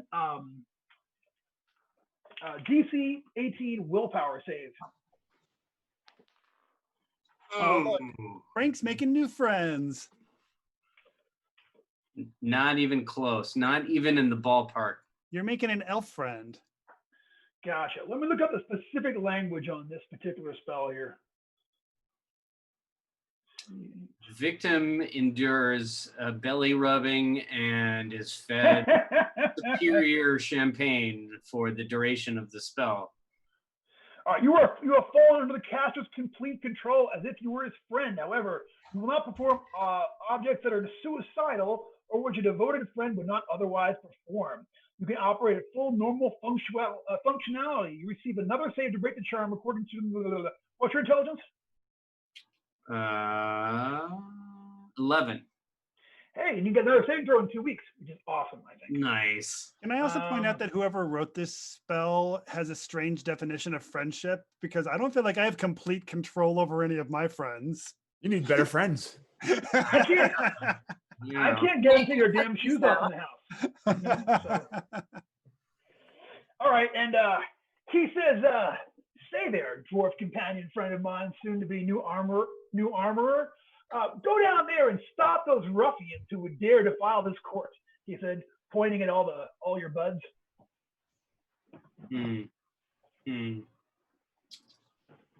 I'll talk to So- him. Have to 7 have- personality. It's gonna have He to just- happen. No, I'm going to need you to kill them, I think. I need you to really kill them. Kill them very, very well. You're good at killing, I can tell. All dwarves are. It's in your blood. Go and slay them for me, will you? Bring me their Even- heads. Even the halfling. It's a hobbit, Doubly not the half- halfling. He says, doubly the half. Hey, I'm That's a a- fulling. I'm a full hobbitling. Because this guy is clearly a jerk, and that is where we are when things start moving on. So it is the top of the next round. Well, Brink, since you're my friend too, I'm going to tell you to kill him. Yeah. Yeah. Forrester Kind of also tall. has total control over me. All right, so the dude that I was trying to defend Ernie from, that Ernie is now up. Is he still kind of in my way, or can I start making my way towards the throne?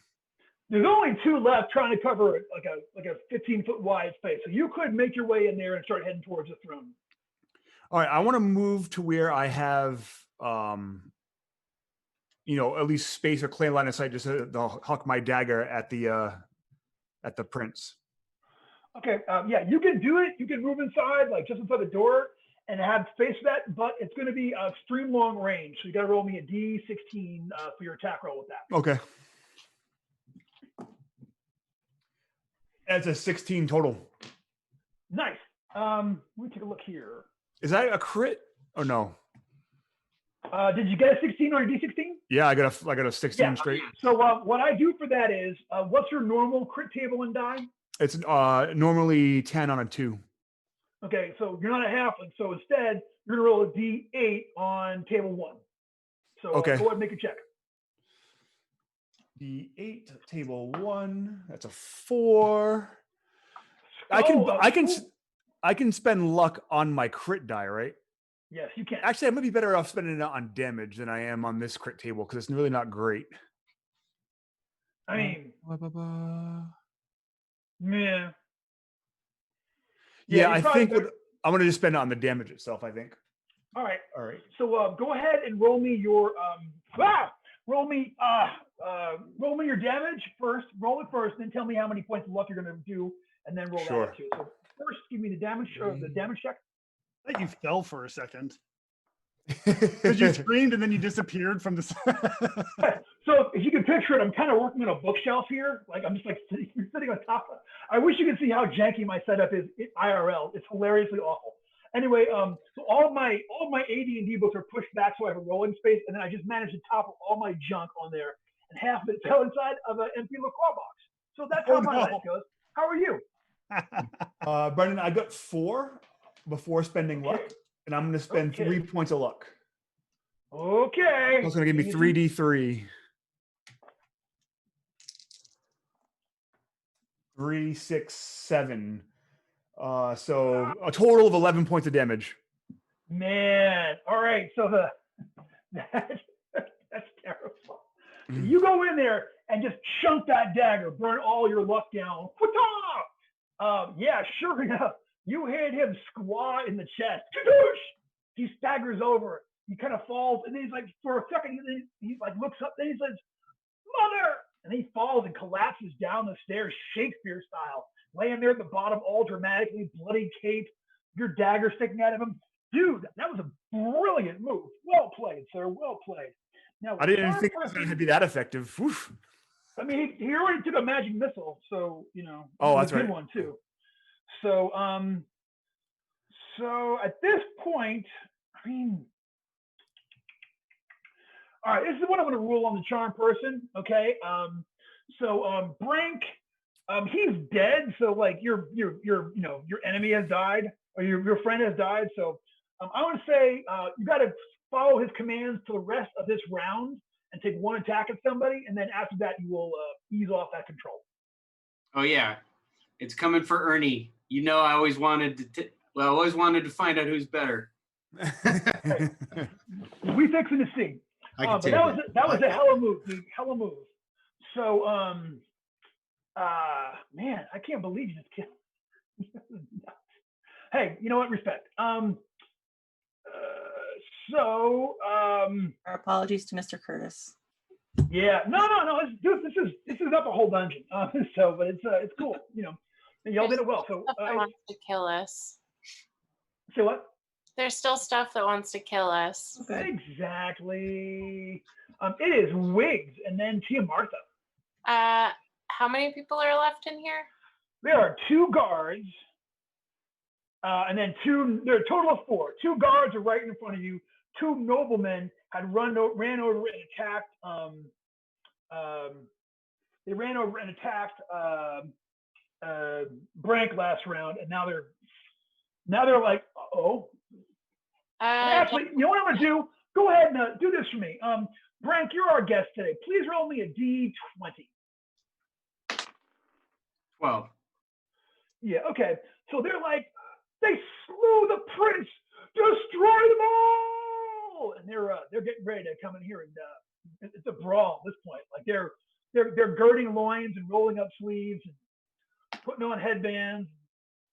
The little choker from Rambo. One of them has a little choker from Rambo. Ties it around his neck. Does that like kind of on the neck?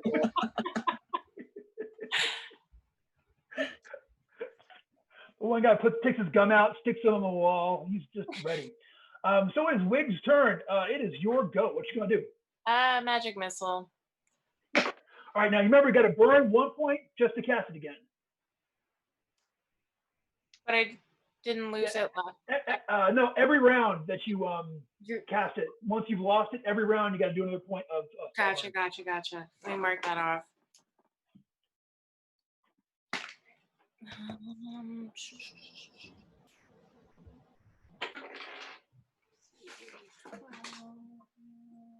14.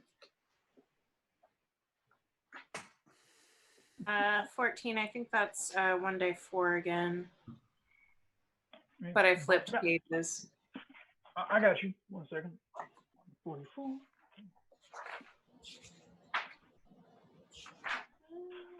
Okay, so yeah, was it a 14?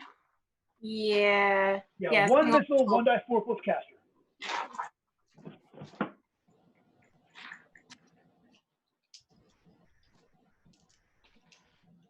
Uh, 3 points of damage. 3 points of rock and roll damage. All right. At the nobles, in case there was any doubt. Gotcha. Nobles. Okay, so one of them, takes a, that's how I imagine noblemen all sound when you hit them. Just how it's in my head. So one of them takes a magic missile for 2 points of damage, but he's still furious and he still has rage. He's still getting ready to come in here, just a swinging with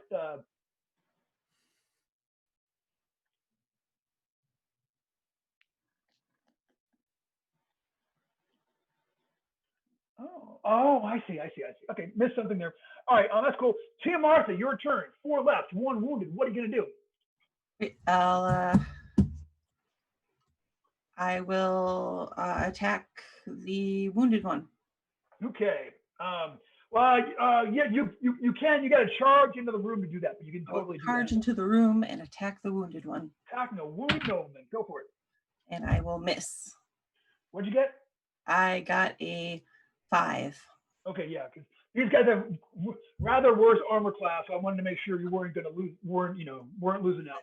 All right, so you run up there. You are now in there facing this courtier. That's awesome. Tia Martha, and it is Forrester. All right, I'm gonna go up and I'm gonna murder me some noble folk. Murder some noble folk. All right, so Eat the rich, Forrester. Yeah, right. I'm going with the 1%ers. Use my double-handed guillotine. Wait, 5 elements. Anybody? Come on. I've got a 5 elements. 16 to hit, and that'll do 6 points of damage. That's the flying guillotine, yo. How much? The wounded guy? No, this is going to be a new one. Okay. So he did 6 points of damage. He is still up, but he is staggered by that hit, and it's like falling over. And fight continues. That is going to be. It's Ernie. Forrest, you get Ernie, and then it is the Brackster. Ernie, you see Brant coming at you with blood in his eyes. You don't know, man. I have a big smile on my face. I'm like, wait. So wait, Brank. I'm gonna do the whole like Three Stooges thing with Brank. I'm just gonna like put ground by his head and have him start swinging at me. Yeah, I'm gonna hold him off. That's my mighty deed. I'm gonna hold him off and say, "Hey man, we're all friends here. We're all friends here." Okay, that maneuver, that's a technical maneuver called the stiff arm. All right, I did not get the deed, and I fumbled, and it would have been full damage. So I'm pretty sure I impaled myself with Brank's whatever he's using. It's not good. Go ahead and make your fumble check, and don't forget your luck modifier. Right. Where's my fumble check? Oh, I'm only wearing leather armor. I don't even have any armor, so I think that's a 12. No. Padded is D. I think leather's D2. Yeah. D8. I have the fumble table open if you want to just roll it. I'm just gonna roll it. I rolled a 3. My luck is +1. So all right. So you trip and you gotta make a reflex save. Okay, easy. I rolled a 15 + 2, 17. So that's probably easy reflex save. Good. Yeah. No, it's a good thing. So I fall, I did a roll, and I get back. Like, wait, I was trying to block Brank from like attacking me. Yeah, it didn't go. But I trip and I roll and I get back up. I was like, I meant to do that. I'm like, Brank, we're all friends here. That's it. All right, so Brank, it is your turn. What you gonna do? Tears are streaming down my face. Like, you killed my friend. I did it. And now it's time to feel the power of Ultimak. Come on, man. This is so meta, right? AC 14. That's what the axe is named. Yeah. I know. That's awesome. I heard. Dude, if you kill him, they'll give you a luck point. That's fine. I could take it. All right, so that's a 15 to hit on the hits. That hits. And that's going to be 12 points of damage. What? Hold on. The whap. And then a crit on the shield bash. Oh, give me some damage. What? For reals? Okay. Yeah. Sorry, I wasn't laughing at that. I was thinking of something else. Yeah, I'm down. I was down from the first hit. I only had 12 hit points. No, I didn't even have 12 hit points. I had 11 hit points. Ooh. No, I had 9 hit points. So instead, rather than actually roll that crit up, just describe how awesome it was. I just wasted him with my axe, and then I plant my foot on his fallen body, and I whip off my helmet for my studded leather cap, I guess, for a moment, and tears streaming down my face. I didn't even know what I'm doing anymore. I'm just an engine of desolation and death. Die, friends, die. Yeah. There has to be a write-up of the axe Ultimak taking down Dak's character. This is like this is some historic, Yeah. Would you call it the Ultimak takedown? The Ultimak takedown. This is the Ultimak takedown. I deserved it. Destiny. Did I really deserve it? I deserved it.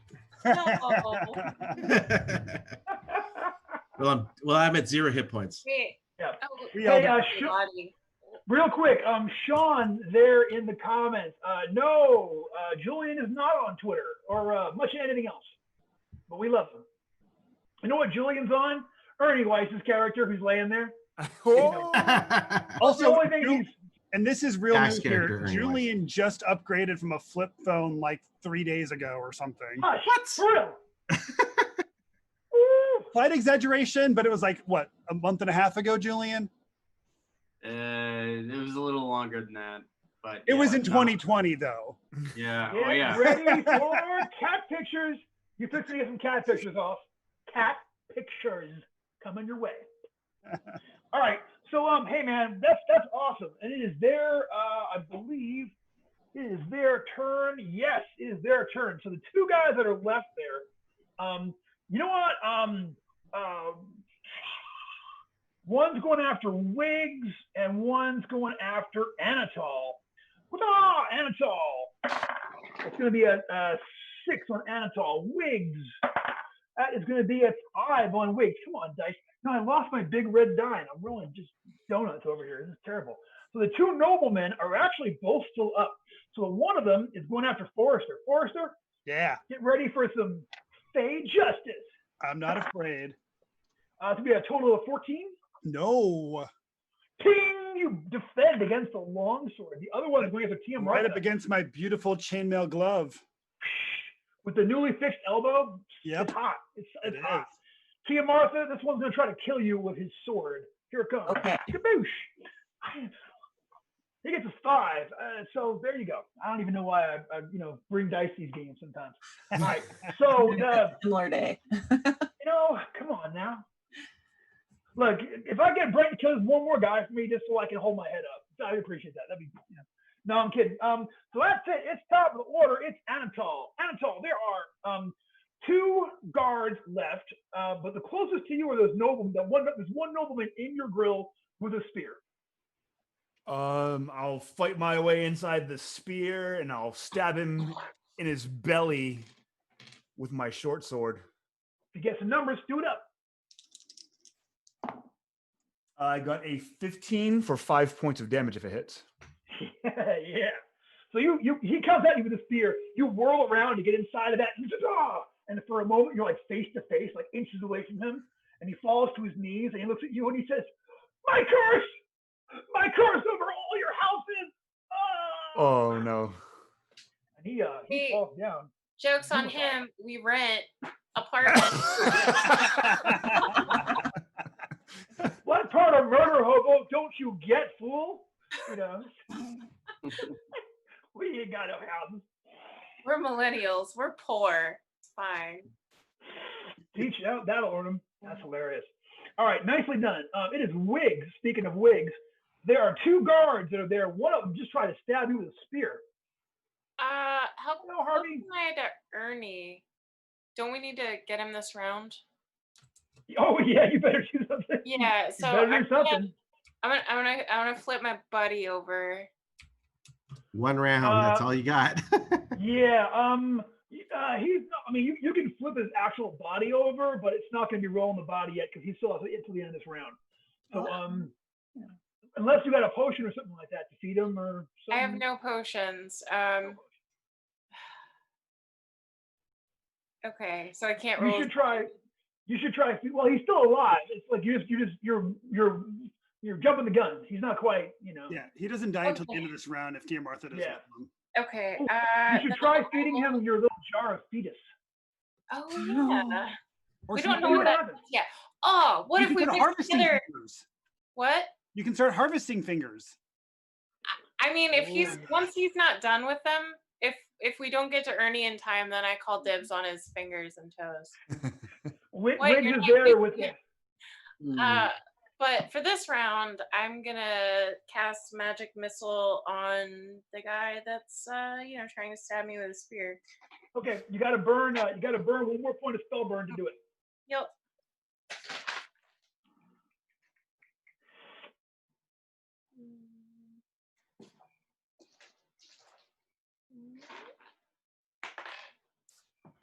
I realize that I'm down and kind of dead, so I have no say in the matter what you guys do. I mean,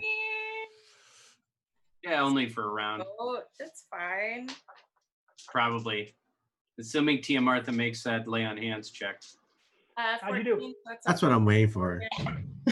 No pressure. You say you got a 14? Yeah, so 1d4 again. So 5 points of damage. All right. That is this one. They are wounded, but still up. Yeah, they had not been hurt yet. Caw!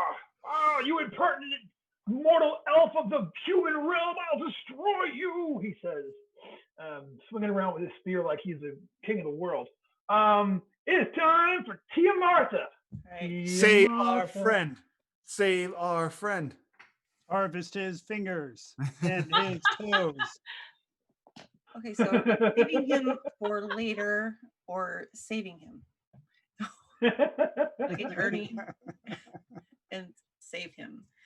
Save We his use life. all the parts of our friends. Our friends do not go to waste. Yeah, don't let me go to waste. Yeah. I would have wanted. I will, Wiggs is there with the pruning shears talking about, he would have wanted it this way. I will lay on hands.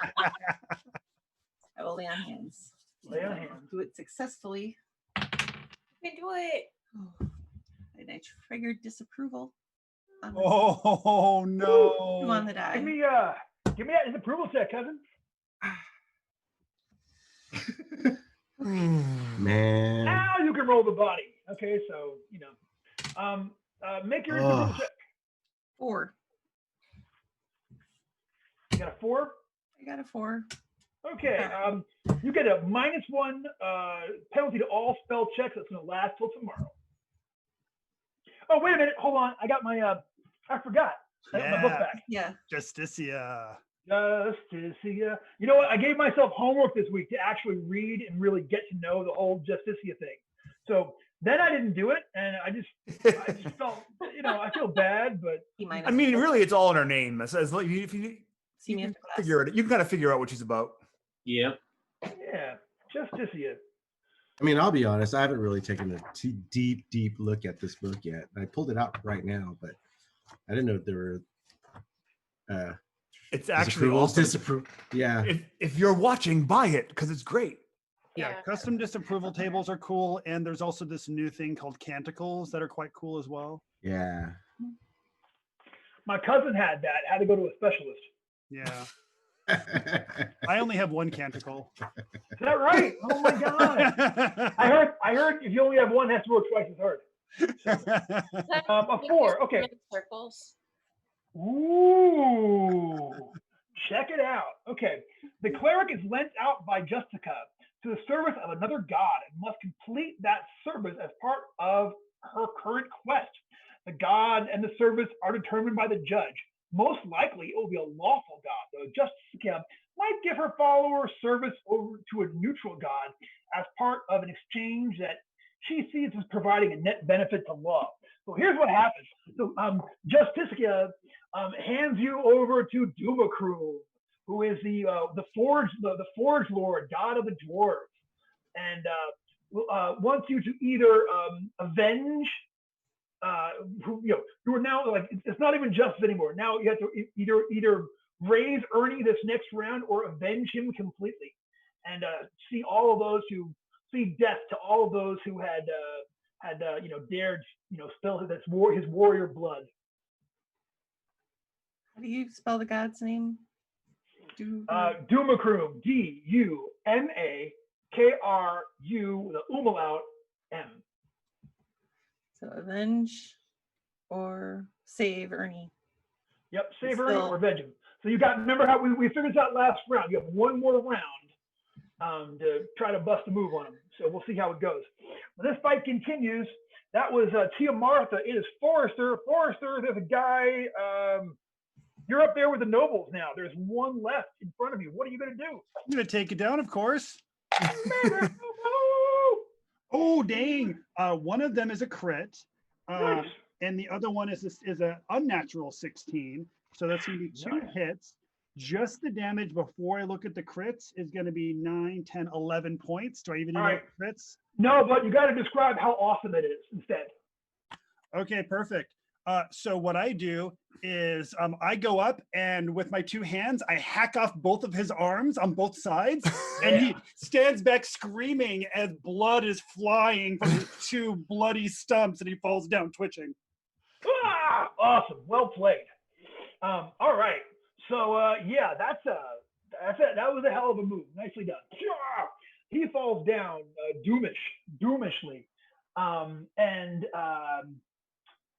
That is going to be after Forrester is Ernie. So this is round 2. This is the last chance for him to resurrect you. It is time. Drank, you snap out of it. What have you done to Ernie? No! Well, I mean, on the, That's the clip. 803, y'all. That's the clip. I spend around in the tight close up. From And, above. Are there any bad guys? God, take me instead. Yeah, there are 2 guards left, and Actually, one of them. is there anything I could do for Ernie to like stop the bleeding or give Tia Martha like a bonus to try to heal him or something, or a +1 die or anything like that? Like bandage him up or like you could try to make his head or something like that. Yeah, you know what you could try to do? You could try to make an oath to Doomacroom that you will perform some amazing service in their case, and offer to to give part of your life force onto them in order to raise them up. That might work, and if you make a really good personality check, it might work. Yeah. You could fall to your knees and try to invoke Doomacroom and see if you can't, Oh, Doomacroom, save my friend who I struck down as the victim of elfish magics. I shall have my vengeance upon the entire race of Fae, and I will serve you loyally up to 101 years if you do this thing. All right, you know what? I'm gonna give you an additional +1 because that's I should take +2. That's a really good oath. That's a really good one. Oh yeah. So 19 on the die. I don't think I got any personality. Yeah. Okay. Oh, I got a -1, so I'm +1. So I got All a right. dirty 20. Yeah. So Doomacroom accepts the sacrifice, and for 101 years, you shall be the servant of Doomacroom, and shall be, part of his, you and Tia Martha are queued up for a quest that they have coming up right after this one. So we'll come back to that. But that's awesome. Well done. Really well done. So that was Frank. It is their turn. So the 1 is going to once again charge at Wiggs. Hey, what's up? Here it comes. I'm going to hit a 13. Does the 13 get Wiggs? All right, you were going to take. No, that's my armor class exactly. Yeah, that's exactly what he needs then. You're going to take 3 points of damage. And the other one is going to, who am I even going after? Not Tia Mark. Forrester, I'm going to try to kill that meddlesome hobbit that's been causing so much trouble. Does an 11 get you? It's not.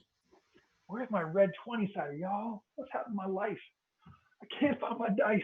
All right, so this fight continues. This has become like Tekken Paul-esque at this point. Like, this is a brawl, I love it. All right, so at the top of the order, Anatol, you can do something. So since they're engaged with my friends and I'm kind of off to the side, I just murdered that noble. Can I make my way over to the one that's attacking Wiggs and try and get a backstab? Can I? Yeah, 15 or better, sneak silently to pull it off. All right, so my move silently is +4. No, that's not even close. I got to roll 2 on the die, so. Rolls around, sees you coming, but you can still go for a regular attack. All right, so I will still attack. And I get a 5, I miss. Blocks. Fight continues. It's Wiggs and then Tia Martha. So Wiggs, you see Anatol try to like creep up and backstab that one that you're fighting, but he's too canny. He turned around and caught him at it. What are you gonna go for?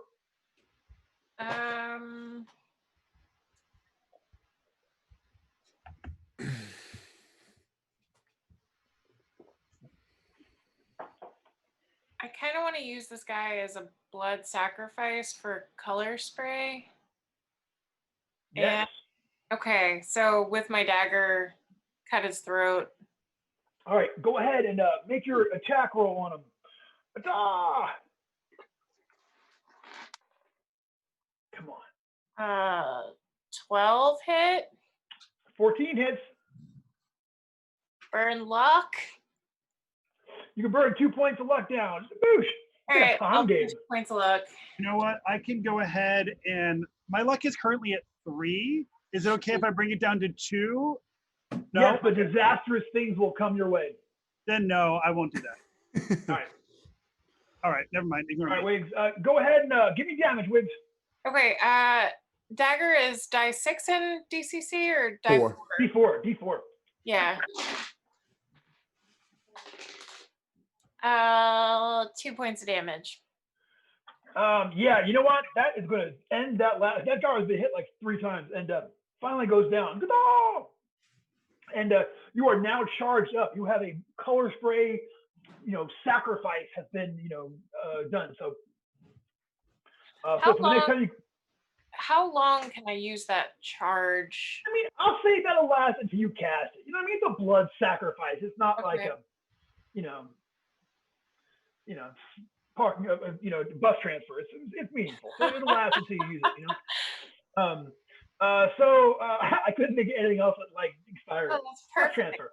I love it. All right. So it's Tia Martha. It's your time. But here's the deal.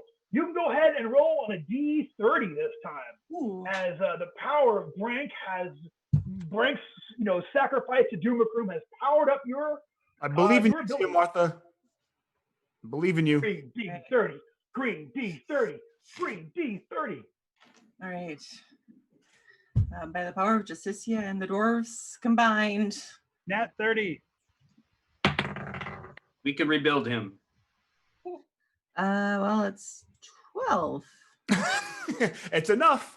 That'll do it. That's inside though. What's up? What's Ernie's alignment?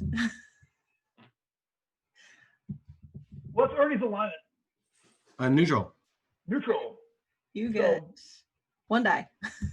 One die. 1 D10 back. Yes, but you were back from the brink. You're alive. Yeah. What so D10? Like, No, D12. D12 for a warrior. oh, D10. D10 for or your warrior. D12. Oh, you're warrior. Sorry. We're all talking about dwarves here. You're a warrior. My bad. Is it warrior D12? Apparently- I already forget. Dwarves took a lot of responsibility for what Frank did. Is what's going on here. So like there's a bright flash of light, and when y'all look down, like you see that like Tia Martha's hair is suddenly these 2 long like dwarf style braids, and like it's like shining light comes from up above. Oh, and you hear all these dwarves like, oh, and then like Ernie's eyes open up like, oh, and brings him back into the real world, snaps him into it. Well done. I'm next. Life saved. Tia Martha, we have to see if you can grow a beard now. Am I next? I think I'm next. Forrester is next. Oh, okay. Then Ernie. So who's still standing at this point?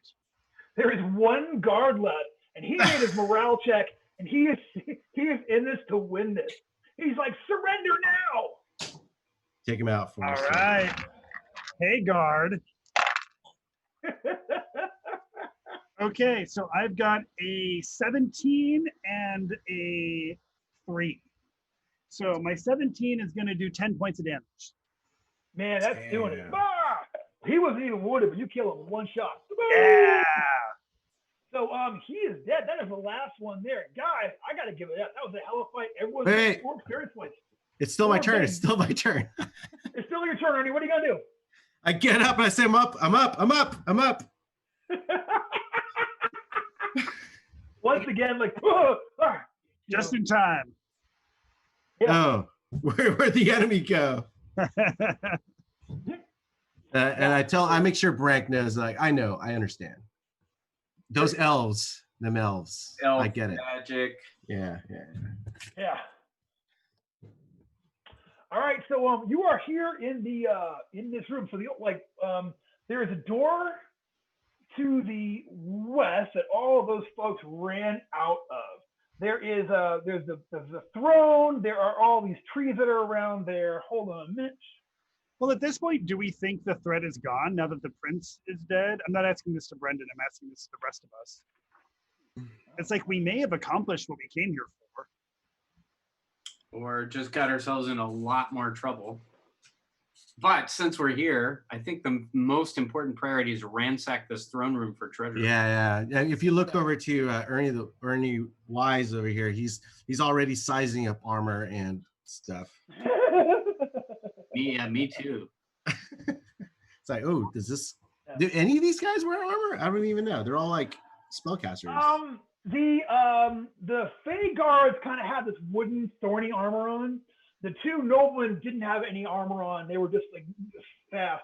And the boss, not only did he not have any armor on, he had terrible armor class. He was really here. He came for a dance. You know what I mean? He was not really ready for this kind of action today. So there you go. So you see that there are two. There are like two kind of. I'm trying to say. There's a throne. There are these trees that are all around there, and then there are. Make sure I'm doing this right.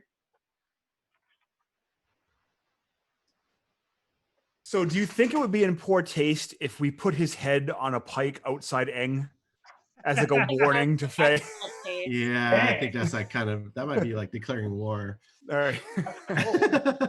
And this wasn't like How much do we want to escalate? Yeah, no, we want to keep this on the DL. I think personally, we just Yeah. like stumbled upon these guys as far it as was I'm a really concerned. subtle move.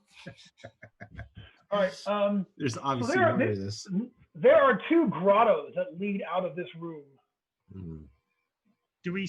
We are searching this room very thoroughly to see if there are any secret compartments underneath the throne, safes behind tapestries, Sure. trapdoors under carpets. And under Okay, the so- big stand. Yeah, is there Gotcha. any like So gold on these guys? let's see. You know what? Sorry, go ahead. I seriously consider the wood thorn armor that they're wearing. Is that something better than what I'm wearing? Because I need AC. It's better than what you have. Yeah, it'll give you a +4, and it'll be like it'll be like +4 like wooden chainmail. I'm putting that on. Yeah, I will say out of everyone here, you can find one guy whose armor is not completely ripped apart. Anybody else wants another suit, we'll get to make some luck checks. But you can find one guy that took a magic missile pretty much. Dwarf, yeah, Brank will grab some wooden armor. It'll be better than my crappy studded leather for sure. I'm just wearing plain leather. Brank, you need a luck check for you. But roll me a d24 because you also have to find a guy that can fit you because you are a dwarf and not really elf-sized. These Fae are just the opposite. Yeah, they are taller and leaner. But look at this short, chubby guy over here. Oh shit! That was a shrub. That was right in. That was right. That's a statue. That was right in my what I had burnt range. Poor Yeah. They have Sorry, no guys. chode size armor. I need that furbolg armor. You said it's a Hey. +4? Or Yes, +4 AC. Yes. It's so Oh, funny so that chode did is you, so regional. Where I grew up, it means something totally different. What's that? Chode is slang for the taint, Oh, really? No. and like in the Northwest. Yeah, that's how we use it. Chode? Oh, really? For us, Yeah. it's a short, fat one. That's a Oh chode. no, I know. I know now. Once I moved east, I discovered that. But when I lived in Montana and Washington State as a teenager, that was the taint. Dang. It's probably not Um, appropriate for this, guys. Did you say wigs? Are you taking some armor, trying to find some armor as well? Yeah, so give me a luck check. I said we found there was at least one suit was not wrecked. But roll Yeah. d20, roll the one to your luck to find a Fine. suit that you can fit into that's not completely shredded. 3. Yeah, if that's under your luck, you're good. You get a suit of armor, it's +4. But here's the thing: it is -4 -4 check penalty, and that's going to be to your spells on top of everything else. Oh. I don't mind that. It's armor; it's the way it is. The So it's the same. Okay, It's so- basically considered the same as chain. it's like chain, it's like wood. It's all thorny wooden stuff. It's all cool looking. Yeah, I'm gonna make sure I retrieve my Down. dagger from the chest of the prince because I Yeah. feel like this dagger now has a reputation, and I'm gonna cherish it. And armor also subtracts from spell checks, right? Yeah. Yeah. Armor absolutely subtracts from spell checks. Oh, I cut off the prince's fingers and toes. Ooh, you know what? You've never seen such a manicure. His fingers and toes are all like just real Respect. mani petty. That's Yes. Trying to figure out where he gets it done. all right. And B, I'm gonna take a piece of his clothing to wrap around the handle, like underneath the cross guard on the dagger, to like as like a memento. A favor. Yeah, Yeah. I get you. All right, sure. So you guys search around here. What you see, there are two kind of grottos. So there are sort of like a little alcoves coming off there that you kind of have to push through a thicket to get to. There's one on the northwest wall and one on the southeast wall. I kind of wonder if maybe we should go back to our folks who are tied up, make sure they're still tied up, untie one of the ones who was claiming to not want to be here in the first place, let him know that we've just killed the prince and his guards, and let him know that we're going to let him go if he lets us know where the treasure room is. That's a good idea. You have one of his fingers with any of his rings to make it obvious. Oh yeah, Wiggs, you've got the fingers. I have the fingers. Were they wearing like a standard or something? I don't really say he has any rings on. Signet. Give me a luck check. Roll low and try to get under there. I'll say he's got something. You have little mistletoes painted on his fingernails. Yeah, just yeah. So Mistletoes. Well, that's the thing is, right? You could show them whose fingers are this well manicured, except for the prince's. You should poke it in his head a couple times. He'll recognize it. Oh my gosh, it is him. Hey, welcome back. Doo-doo-doo. Tia Martha has returned to finish out the dungeon with us. We couldn't be happier to have her. All right, so you go back to okay. Are you going to finish searching of the grottos first, or are you going to go back talk to them first? Yeah, I mean, is it like is the grotto like another hall, or is it just like another? There are two grottos. They're kind of like little alcoves that are kind of like covered up by. You just have to push through a bunch of brambles and greenery to get to them. You see you get a search. You see there are two there. Oh yeah, if they're just alcoves, let's do it. Let's search it. Totally. All right, is northwest or southeast? I'll look at southeast. I'm okay. So Brendan, I'm sniffing for gems and stones here. Yeah, gems and stones. You think that's the northwest section is where you smell stuff up over there. Yep, I'm headed that way. Daddy needs some chainmail. I always follow the dwarf when it comes to like treasure hunting. So yeah, me too. All right, so are we? Let me double check. I'm hearing this correctly. So we're going to split the party, and Anatol and Brank are going to go up to the northwest grove, and then Forrester and who are going to go to the southeast one? I think it's just me. I see this. Do I see this? Okay, I follow Forrester. Hold on. So just to make sure I'm understanding this correctly, there's one big room, but these are just kind of like big alcoves. So like we're splitting the party, but we can all still see each other, right? Not once you actually get down into the grottos are kind of like settled back a little bit. Like you actually have to shove through some greenery to get into these grottos. So once somebody's inside it, you'll be able to hear one another if somebody was to call out, but you can't actually see one from the other. It's too far away and the angles are wrong. Well, I'll call the forester to say the dwarf's going to send. Yeah, right. I say hold up, guys, hold up. Yeah. So I'll go up to the northeast then. Okay, and Wiggs, you gotta. Oh no, never mind. Okay, so are we all going to the northwest then? Yeah, I would like to. Okay. See, how hurt is Ernie? Still hurt at all? Like how hurt is Ernie? I think so. Oh, you're still muted. Oh, sorry, I think you're. I rolled an 11 on my my healing, so I'm 11 out of 17, so I'm pretty good. Yeah. I'll try to heal you again. Okay, Yeah. cool. I'll take it. Hey, you know what? Y'all when Tia Martha, when you actually go to cast your healing spell, you realize that you have forgotten the common tongue can only speak Dwarvish right now. It doesn't change anything. It just your spell comes out like when you speak, you realize you're speaking Dwarvish. And what? I think that was Swedish.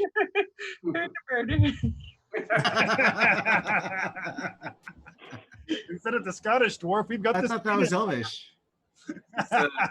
Yes, dwarves should sound like the Swedish chef and not like Scottish. Quite an improvement, actually. all right, so we go on to that northwest grotto. Here is what y'all see. Okay, so sorry. Okay, so behind this drape of living plants is a comfortable grotto containing an opulent bedstead divan, 3 wardrobes, and a stone chest.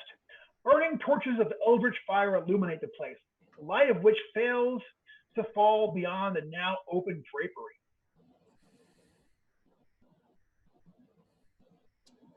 Well, I think we may have found the treasure room. I'm sniffing around to see if I can make a more precise determination, Brendan. Yeah, so that stone chest has got like is speaking to you. Okay. Yeah. Antal, do you smell traps on it? Yes, I do. Julian does.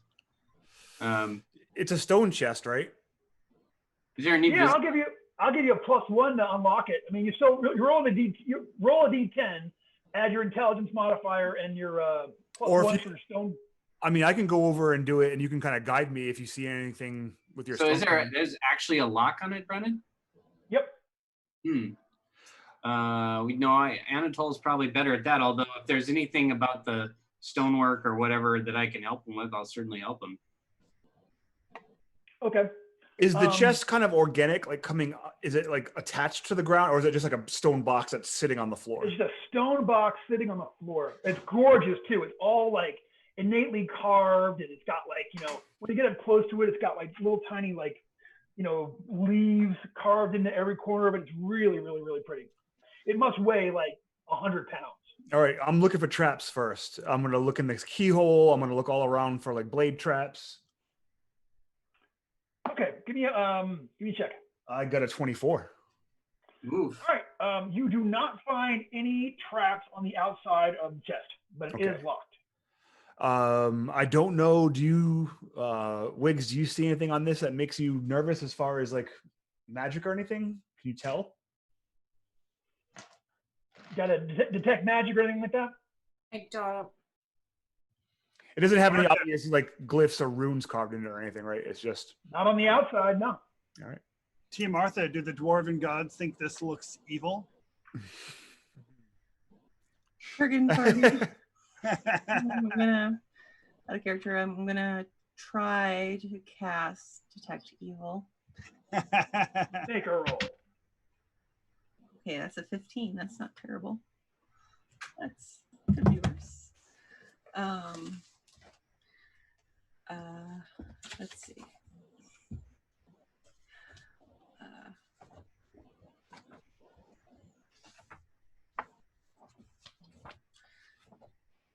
Okay, Detect Evil 15 is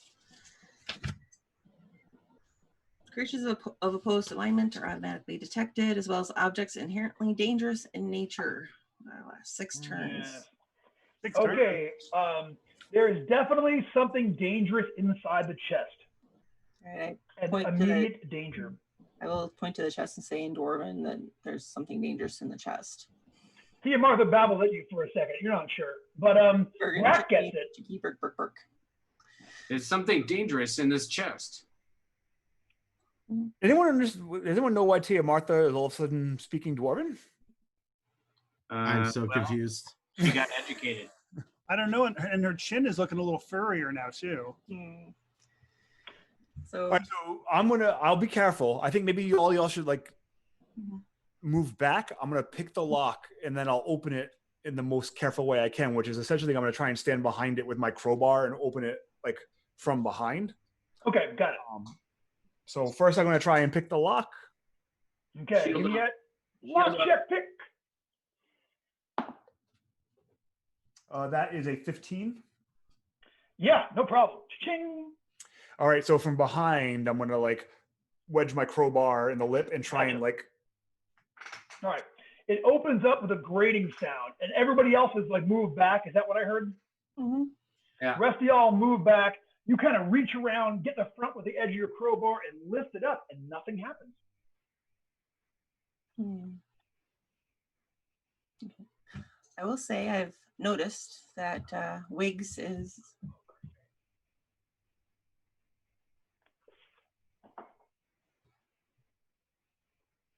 what? A little bit. I have 4 hit points left. Yeah. I could use some healing if you have it to spare.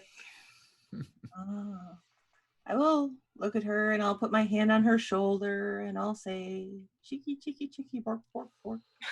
And know in my heart that even though thinking in my head, hopefully I can think still in common and understand myself, that even though she's been sacrificing blood and fingers and They weren't using those. very chaotic, in my head, I'm like, Neutral. yeah, all the, acting incredibly chaotic. I'm surprised that you're neutral. No, that's Thinking it. this in my head, I just swore an oath. I have a mission to complete, and we need her. So I have to heal her. So I'm praying to myself to Tia Martha and Duma Kroom to please help me heal this elf, even though we are, our beliefs are very different. They said no. Oh, And I figured disapproval. No. That elf can deal with it. All right, let's see. I need to find some more D4s. Roll your check, you are screwed. Brandon, while she's rolling her approval, I'm going to pull my mirror out of my Thieves Tools kit, and I'm gonna look. I'm not gonna put my face over the chest. I'm gonna look over like kind of like with the mirror to see what's in there. Gotcha. Okay, so looking down at the contents of the chest. Yeah. All right, you hold that over there, and here is what you see. You see that inside there are 4 sacks. Each of them are tied up. They're like lovely brocade sacks. Each one tied up with a lovely woven gold threaded. They look like crown royal bags. 4 huge, big, velvety crown royal bags. They're just gorgeous. Ooh, these could make good dice bags. Or pants. Yeah. That's you looking. What's that I smell? Yeah, and now that thing's open there, all of a sudden you get a whiff of the interior of that. It's like, ooh, it's foreign food. It's definitely foreign food, but it's like, I don't know what that is. Maybe Tia Martha will know which bags are evil and which bags are. We can I compare know. which ones smell good and which ones look evil. I'm opening a bag. All right, Time to Frank, you go over there to go in the bag. When you do that, you see this rune that's written on the inside of the top lid of the chest there, and I need you to make me a willpower save. And what's your alignment? Neutral. Make me a willpower save, please. No. Okay, so you are going to take 11 points of damage. As suddenly bloody wounds appear all over Brink, as if he's been beaten with switches all over his body. You're just suddenly all over these open, running, bloody, sore wounds. Did I get a bag? Oh yeah, you got a bag. Okay. Yeah. So that part's taken care of. Okay. I got a bag. Right. I stand back up and fall back dead on my back, but with the bag. But I got the bag. I'm like, I got the Rushing bag. it to his chest. Ernie, chainmail.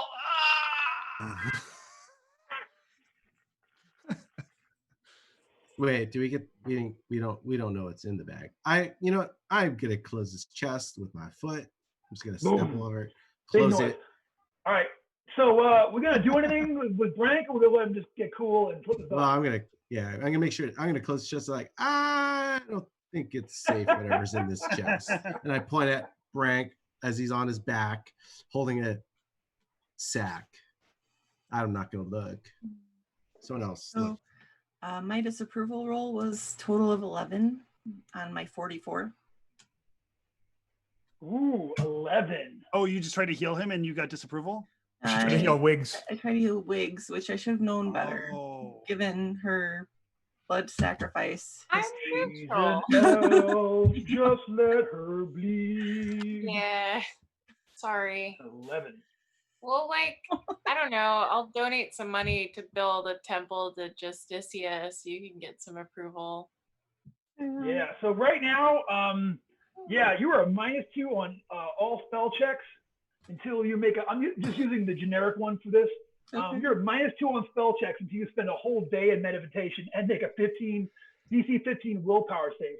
Successfully saving against that will drop that from a -2 to a -1, and another day of full meditation, and we'll get you from a -1 to a -0. So speaking of which, you got a round to go over here and heal old Brank, or it's going to be a issue. And is this -2 in addition to her existing -1? Oh yeah, action out. Well, you said instead of that -1, you rolled on a just you see a table instead, right? That's Oh right, yeah. that's right. That's I right. It's just -2. Yeah, You're sure. right. Right. Okay. All right. So I'll go over to Brink and I'll say as I'm walking over there, okay, Cece, please have my back. This is the only person who can understand me right now. Oh, God. Oh, 6.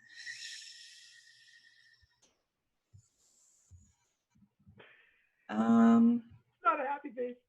No, do I want to spend 6 luck on that? Ooh. That'll bring me to 3 luck, and mine doesn't regenerate. I'd just say that's a lot of luck to spend. Yeah, that's a lot of luck. I don't know. I think we got to flip them. I still have Frank's some. got to flip. I take full responsibility. Flip the body. Flip the body. I still All right, have we- some bugs meat planet points left. I just fall to my knees and say, "Oh, That's true. spend it What on kind of good- points? Doug's meat. Oh yeah, planet. but you can't. You're not a half one. You can't burn those. Oh, that's true. Yeah, you Martha. can't spend your luck for other people. Yeah. So nice try there, Doug. Well, then I fall to my knees and yell, Doug. "Oh!"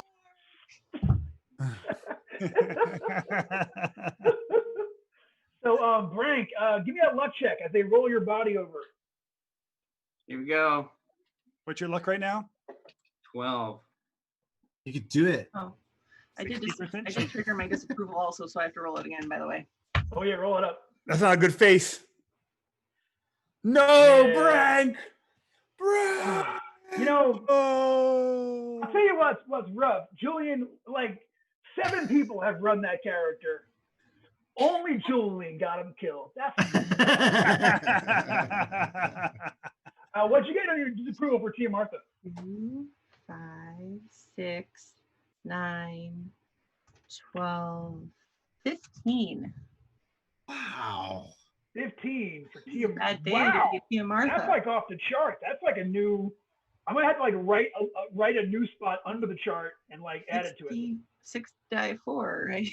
So like, if Maybe you should stop casting spells for today. So, like, Did you get an actual? Was it a 14 total? 15 total. Ooh, yeah. You are gonna lose a whole day of. So you're gonna keep today's disapproval tomorrow, and then you can start meditating after that. So you're looking at 3 days minimum right now of prayer, sacrifice, groveling, dwarvish. I think Amazing. perhaps we should cover our eyes, grab these bags that are in the chest, and GTFO. Okay, we're gonna go for that. All right. So if you guys want, I'll Why don't we open just it take the right whole now. chest? How big's the chest? Oh, that's also a good point. Well, it's stone. It's heavy. Yeah, that chest weighs like 100 pounds. I mean, I'm not saying you can't do yeah. it, but just be working into your calculations. You know what I'm saying? So I'll just open it the same way, and I'll warn them so that way they can avert their gaze in case that's what I'll did close it. my eyes and start walking up and start grabbing the sacks. All right. Yeah, you grab those 3 sacks out of there. So are we then gonna dip and get out of there? Yeah, taking Brank's body with us as best we can. I'll try it. Yeah, I'll you drag guys- him. Sure. So you make your way out of here. Although Going back Forrester to where you does came- think, and you guys might disagree with him, he does think that we should untie one of the 2 beardos. Or I maybe think they that whole should- thing was a ruse, though. I don't think they were really because they might just, not be, but I still feel weird about just leaving them there to potentially starve to death. So maybe at the very least we can like loosen up their bonds enough, one of them enough, so that like in half an hour he'll be able to get free. You What know, about the other grotto? if you just take the chain off and leave the ropes, that'll do just that. You know what I'm saying? Okay. Also, once we leave here, I want to cast Ward Portal on the door, which is actually a door, and I can do it this time. That way they can't follow us. Perfect. Yeah, definitely. Cool. All right, so you take those sacks out of there. You drag Brank's body with you. You go back through the barracks and you take the chain off those guys who are still gagged up and giving you guys the stink eye, but like they're also like you returned all bloody and such, and with one dead guy, they're kind of thinking, what the heck could have happened here? So they're playing it cool, much cooler than they did that first time around when they were being pretty arrogant. And then you guys make your way to the outside. I would like for y'all to please hold on a minute. So 1 second.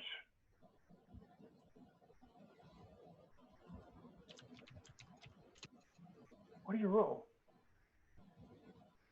All right, so what you know what, Brank, why don't you roll as a die 7? I'm gonna call you Julian now because Brank's dead. Julian, roll as a die 7. I got a 1. You rolled a 1. I You got got a a 1. 1? Yep. Okay, so it's bizarre. So you guys walk outside of this place, and it's as if no time at all has passed, like literally 0 time. The moon is in the same position. You know what I'm saying? Like the bodies that were out there are still like cooling, and you know what I mean? They're still like, you've been inside there for 2 hours. You know what I'm saying? It's as if it should be almost dawn at this point, but it's like no time has passed. So go ahead and make your spell check on casting that casting Ward Portal.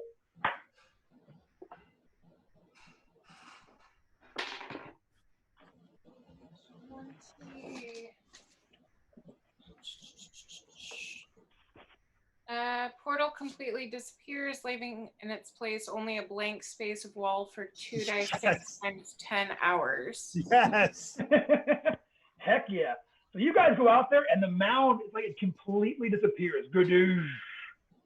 Yeah, it falls over that. So 80 hours. Nice. that's beautiful. All right, so Is that our time or their time? oh, that's interesting. I'm at the D&D Zen Gong that one over Because if almost no time passed over there, and it's their time, that 80 hours might be like 80 years in our time. Yeah, no telling. No telling. And that would All solve the village problem. At least in our lifetime. Yeah. That's Wait a hilarious. minute. If like 2 hours was like 2 seconds in the mortal realm, then 80 hours in their realm would be like 80 seconds in the mortal realm, right? I mean, you know, depends. I mean, you know, only. I mean, you never know. I'm just saying. Yeah, could be. Well, that was awesome. Well, I'll tell you what, guys. At this point, I mean, you've killed the prince and made it out with the stuff. So here's the thing: when you guys get out there, let me go over some stuff. Those sacks, okay. Yeah, they kind of change once you get outside. The weight changes in all the sacks. And here is what you're at. So so 3 of those sacks now contain sand. However, the 4th one has 300 gold pieces. Ooh. Also We divide inside that the between the 6 of us, 50 each. Yeah, good thing Brank's dead. Just the 5 of us. Yeah. Wait, I'll be sending you the requirements for my 2,000 gold piece casket shortly. So yeah, it's actually 60 gold pieces a piece. Yeah. And also in there are a number of letters written on albino parchment in red ink. Most of them are communiques from the queen requesting updates on how the tormenting of the mortals goes. But the last one, the oldest one, says this: "My beloved son, scourge of shadows and master of misery, attend to your mother and queen. Your hated father has been usurped, and I once again rule Elfland. Unlike your patriarch, I see no need to pardon those lowly mortals who dwell beyond the ivy mound. The Duke may be dead, but his crime is not forgotten. The king may have forgiven them, but I do not. You must act in my stead. I charge you to reopen the ivy mound and unleash all manner of misery upon the mortals. I trust you will find suitable measures to remind them why they should rightfully fear Elfland. I've once more extended the borders of fairy to the mortal realm, and opening the mound anew will be a trivial matter. I hereby grant you permission to take such guards, courtiers, assistants, and lackeys as needed to fulfill this task. I even give you leave to employ the huntsman and his pack if you so desire. A small gift of affection from my lovely boy. See you uphold your duties to your mother and your queen. I shall be wroth if you fail me. A cell adjoining your father and your sister awaits you as a reward for displeasing me. Her Majesty, the Queen of Elfland. Is there a return address? It's like, don't forget to like and subscribe. There's the bottom. Well, I mean, she doesn't hold a grudge, so she won't mind that we killed her son, right? It's probably, I wouldn't even sweat it. Why would you even worry about it? Yeah, I think we just kind of opened up the. I mean, So since I'll say to Tia Martha, I know you probably can't answer me since you've been speaking in Dwarven, but maybe you would know now because of this reason. Do we bury Brank? Do we burn him on a pyre? Like, what do we do? What would the Oh yeah, you know just what to, you know, like he wants like a true warrior's funeral of his tribe. Yeah, man. He wants buried deep under stone with a permanent, like a stone headstone with his name on there in dwarvish runes, which at least for right now you can spell out and everything, Mm-hmm. Or just leave me naked with a bloody battle axe on the elf throne back in the mountain. D&D style. Yeah. I pantomime digging a really deep hole and then rocks and then monuments. All right, so it's not fire, so we're gonna bury him. Okay. Yeah.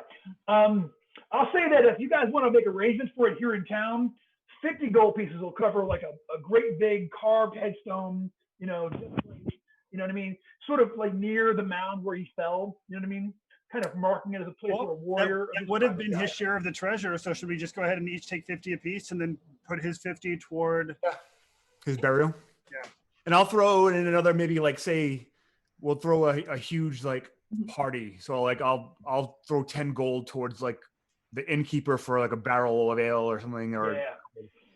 So you guys go back to town as heroes and have like explain to everyone what happened there. Some believe you, some do not, but like there's no hiding that silk purse that you found there and those stones that all the outfits and the weird little bits that you found while you were there. So and the you have manicured elven fingers. and and how about these?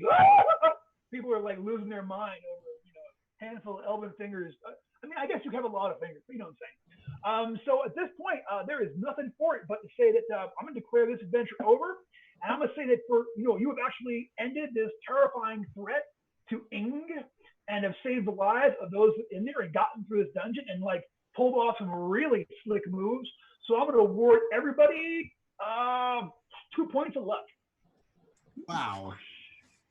so Brendan, my permanent is up to 20 already. That's the max, right? So I'm just gonna get my So this would be I'll say you can have 2 spending points that you can use for something, but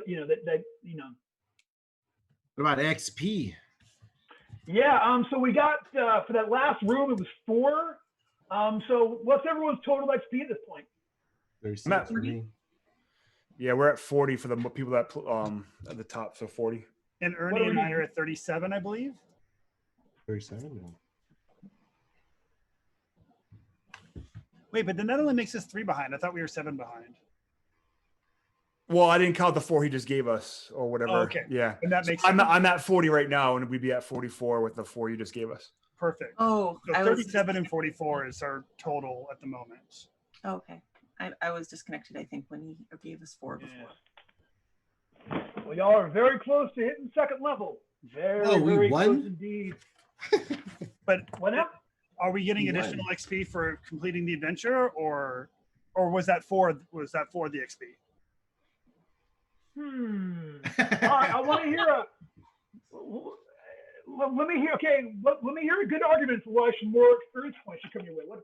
What awesomeness are we recalling that we remembered that happened to y'all in the last? I mean, I have a dagger that I have now named Heart's Bane because it killed Ash Heart. That is going to have its own reputation. And Wiggs used elf magic to seal an elf portal. I betrayed my own kind. That's worth like a couple of pretty fat. Yeah. XP. Yeah, and you did right by Brank, which was pretty cool. Yeah, I got killed by a guy who got killed. And I've returned to Quendy's loving arms. Return to Quendy's loving arms. Is it What's Quendy? the rematch? Is it with a Q or is it like Quendy, like cool whip? Like is it W? Oh, it's Quendy. QU. Okay. ENDY. Quendy. QWENDY.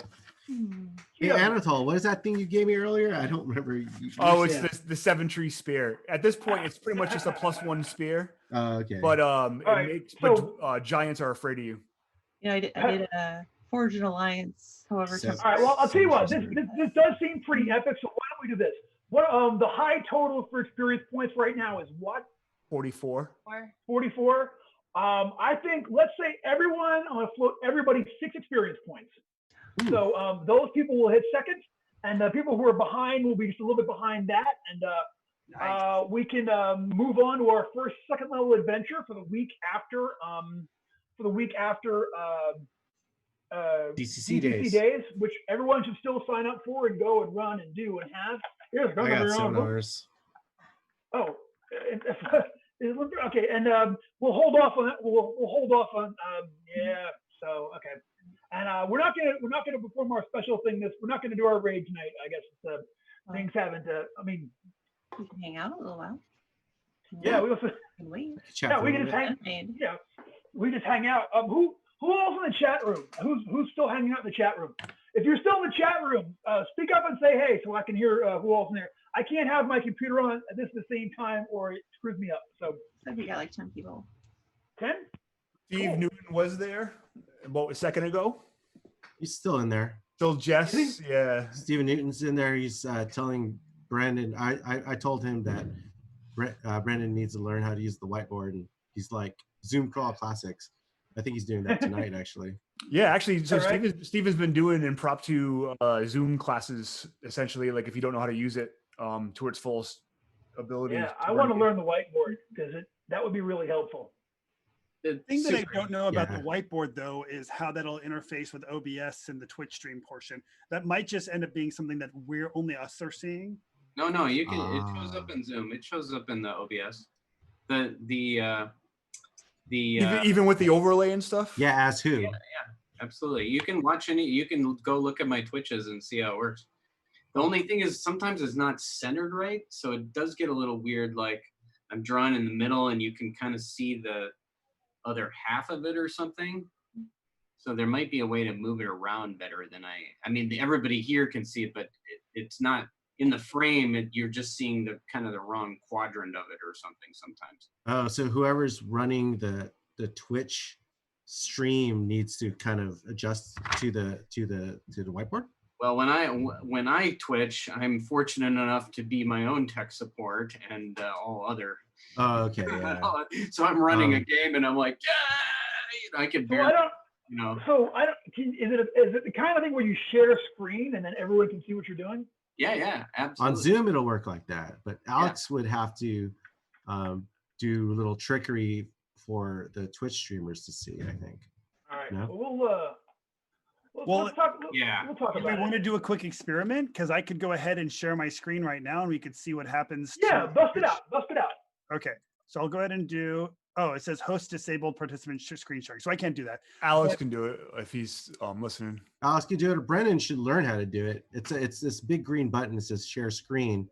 But Alex says it'll look nuts on the current overlay. That's Okay. what That's what I thought. Yeah. Yeah, that's the issue. Yeah. Yeah, so we'd have to see. That's the thing. We have to change scenes. You'd have to be and then ready unbox. for it. You'd have to be ready for like Yeah. basically a kind of he'd Different have to scene, like different switch between too. the like your screen or all our faces in the little boxes because my understanding at least. And if he wanted our Gotcha. faces to be on there when he also has the whiteboard on, then he'd also have to create 2 different scenes that he'd have to Ugh. set up.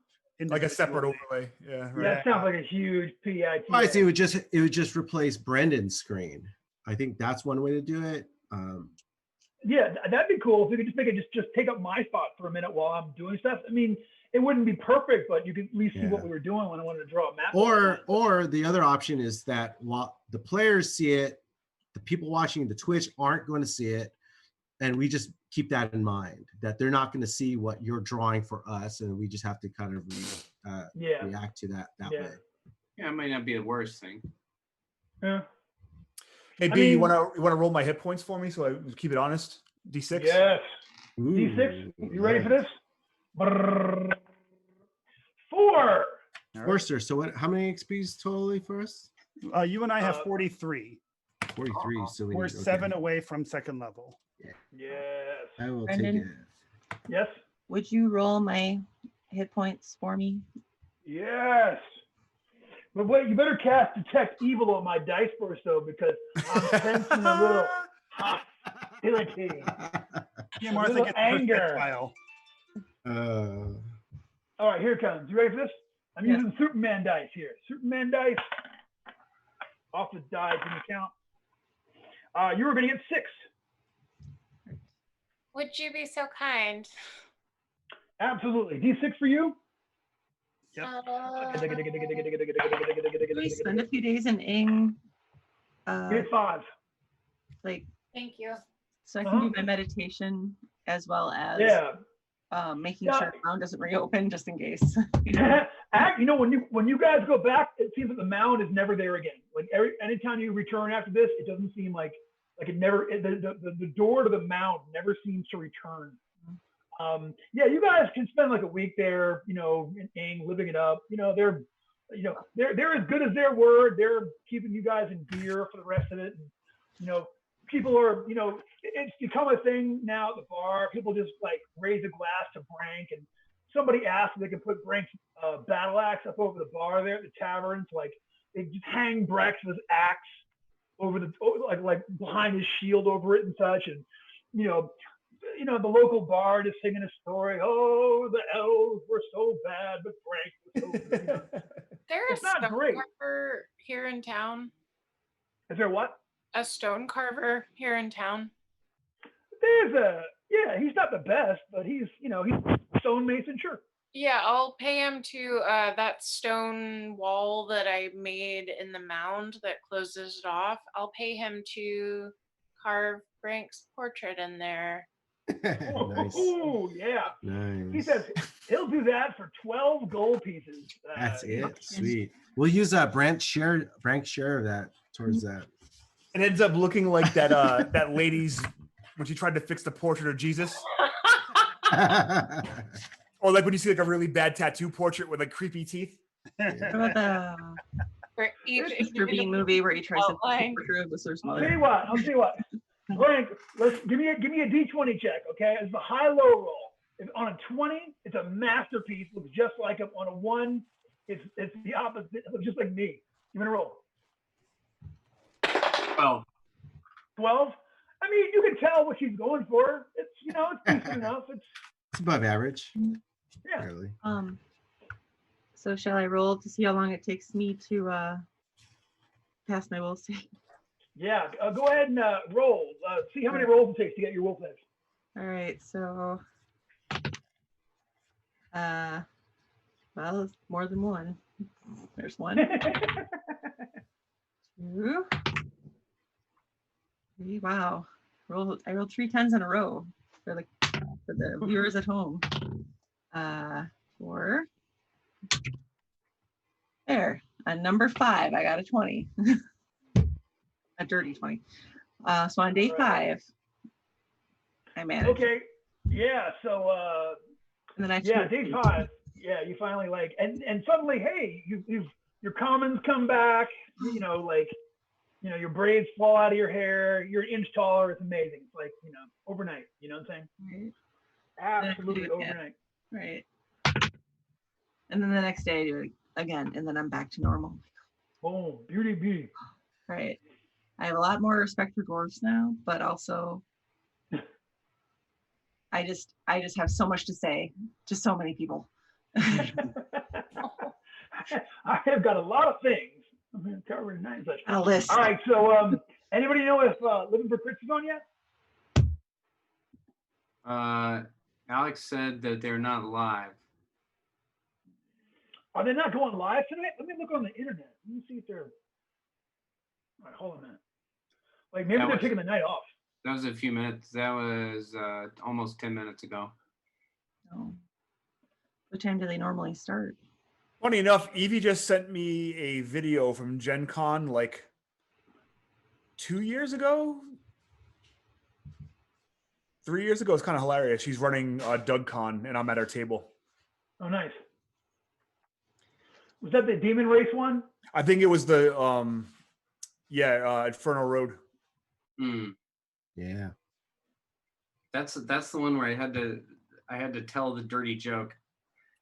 They put me on the spot to tell the dirty joke, and there were like 12. There were like 3 kids under 12 at my. That's terrible. I don't know that they're like he doesn't have anything like in their maybe they're not going online tonight. Oh, that'll be the worst. You know what? I'm gonna give me a minute. I'm gonna grab my phone. I'm gonna go. Jess says that we're the only one that's live tonight. Really? Oh.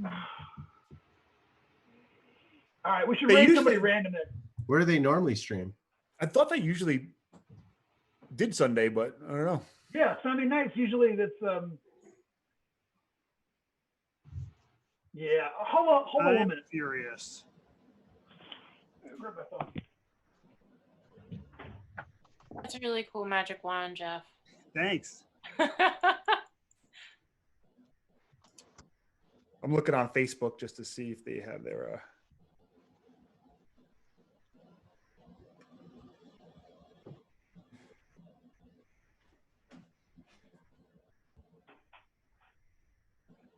Our stream is still live. It says 9 o'clock.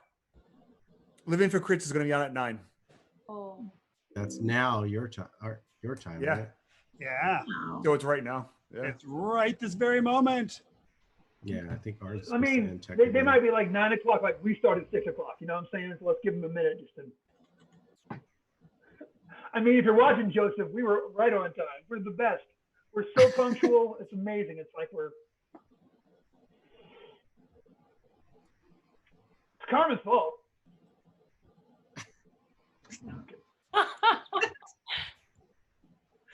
Yeah, back that up. Accurate. So we're gonna need one more thing. We're gonna need a new character. We need to roll up a new guest character. So what do we do we want another a dwarf or another warrior or what? What are we thinking to hand to a guest? Play? I want a hot dog suit. We don't have like a legit like a full-fledged wizard. Why don't we although we don't could have wizard. but we I thought could had a wizard. we could also use another frontline fighter. So I don't know, it's up to you guys. I was gonna say also wizards tend to be like if we end up getting special guests who aren't like super versed in DCC, handing them a wizard might be a more challenging character to throw at them. Yeah. Yeah, I was considering thinking the special same guest thing. aspect. Yeah, I think a badass warrior is always a good way to go. All right, so let's I will in the week off I will make up a warrior that we will give to our new buddy who will be somebody joining us unless we have another survivor from the original funnel who could be a warrior we could meet up with. Any of you guys who were here for the first funnel for Or dwarf. or dwarf. Yep. It could be like Brank's brother or son. Frank. Brank Iron Fist Jr. It could be Brink. The oldest brother was Brink, the second was Brink, and the third Yeah, was break. Yeah, I well, think it's actually Bob Brinkman. He's a pirate dwarf. Sings Yeah. really good.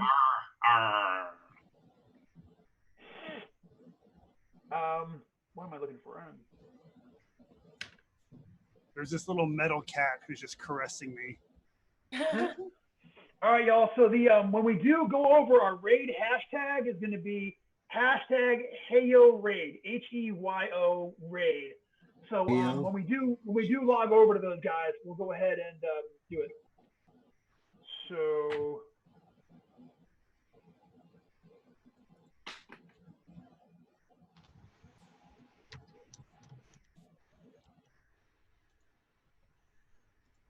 Oh, they're streaming now. Oh, Okay, but now it says, wait, hold on. But it now just said there's a network error. Yeah, I always get that on Twitch. It does say live though. The live button is up. It does. Is it I live for crits? No, it's just living for the number of crits. Living number 4 crits.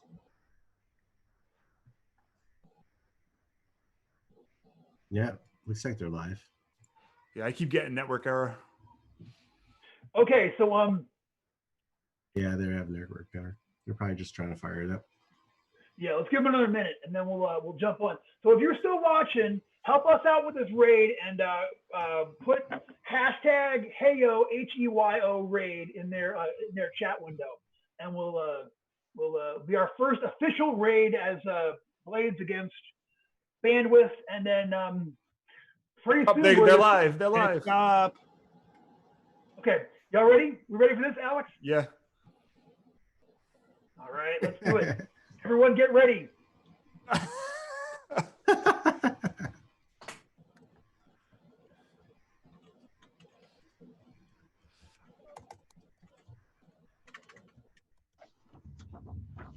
Are we actually on their chat now?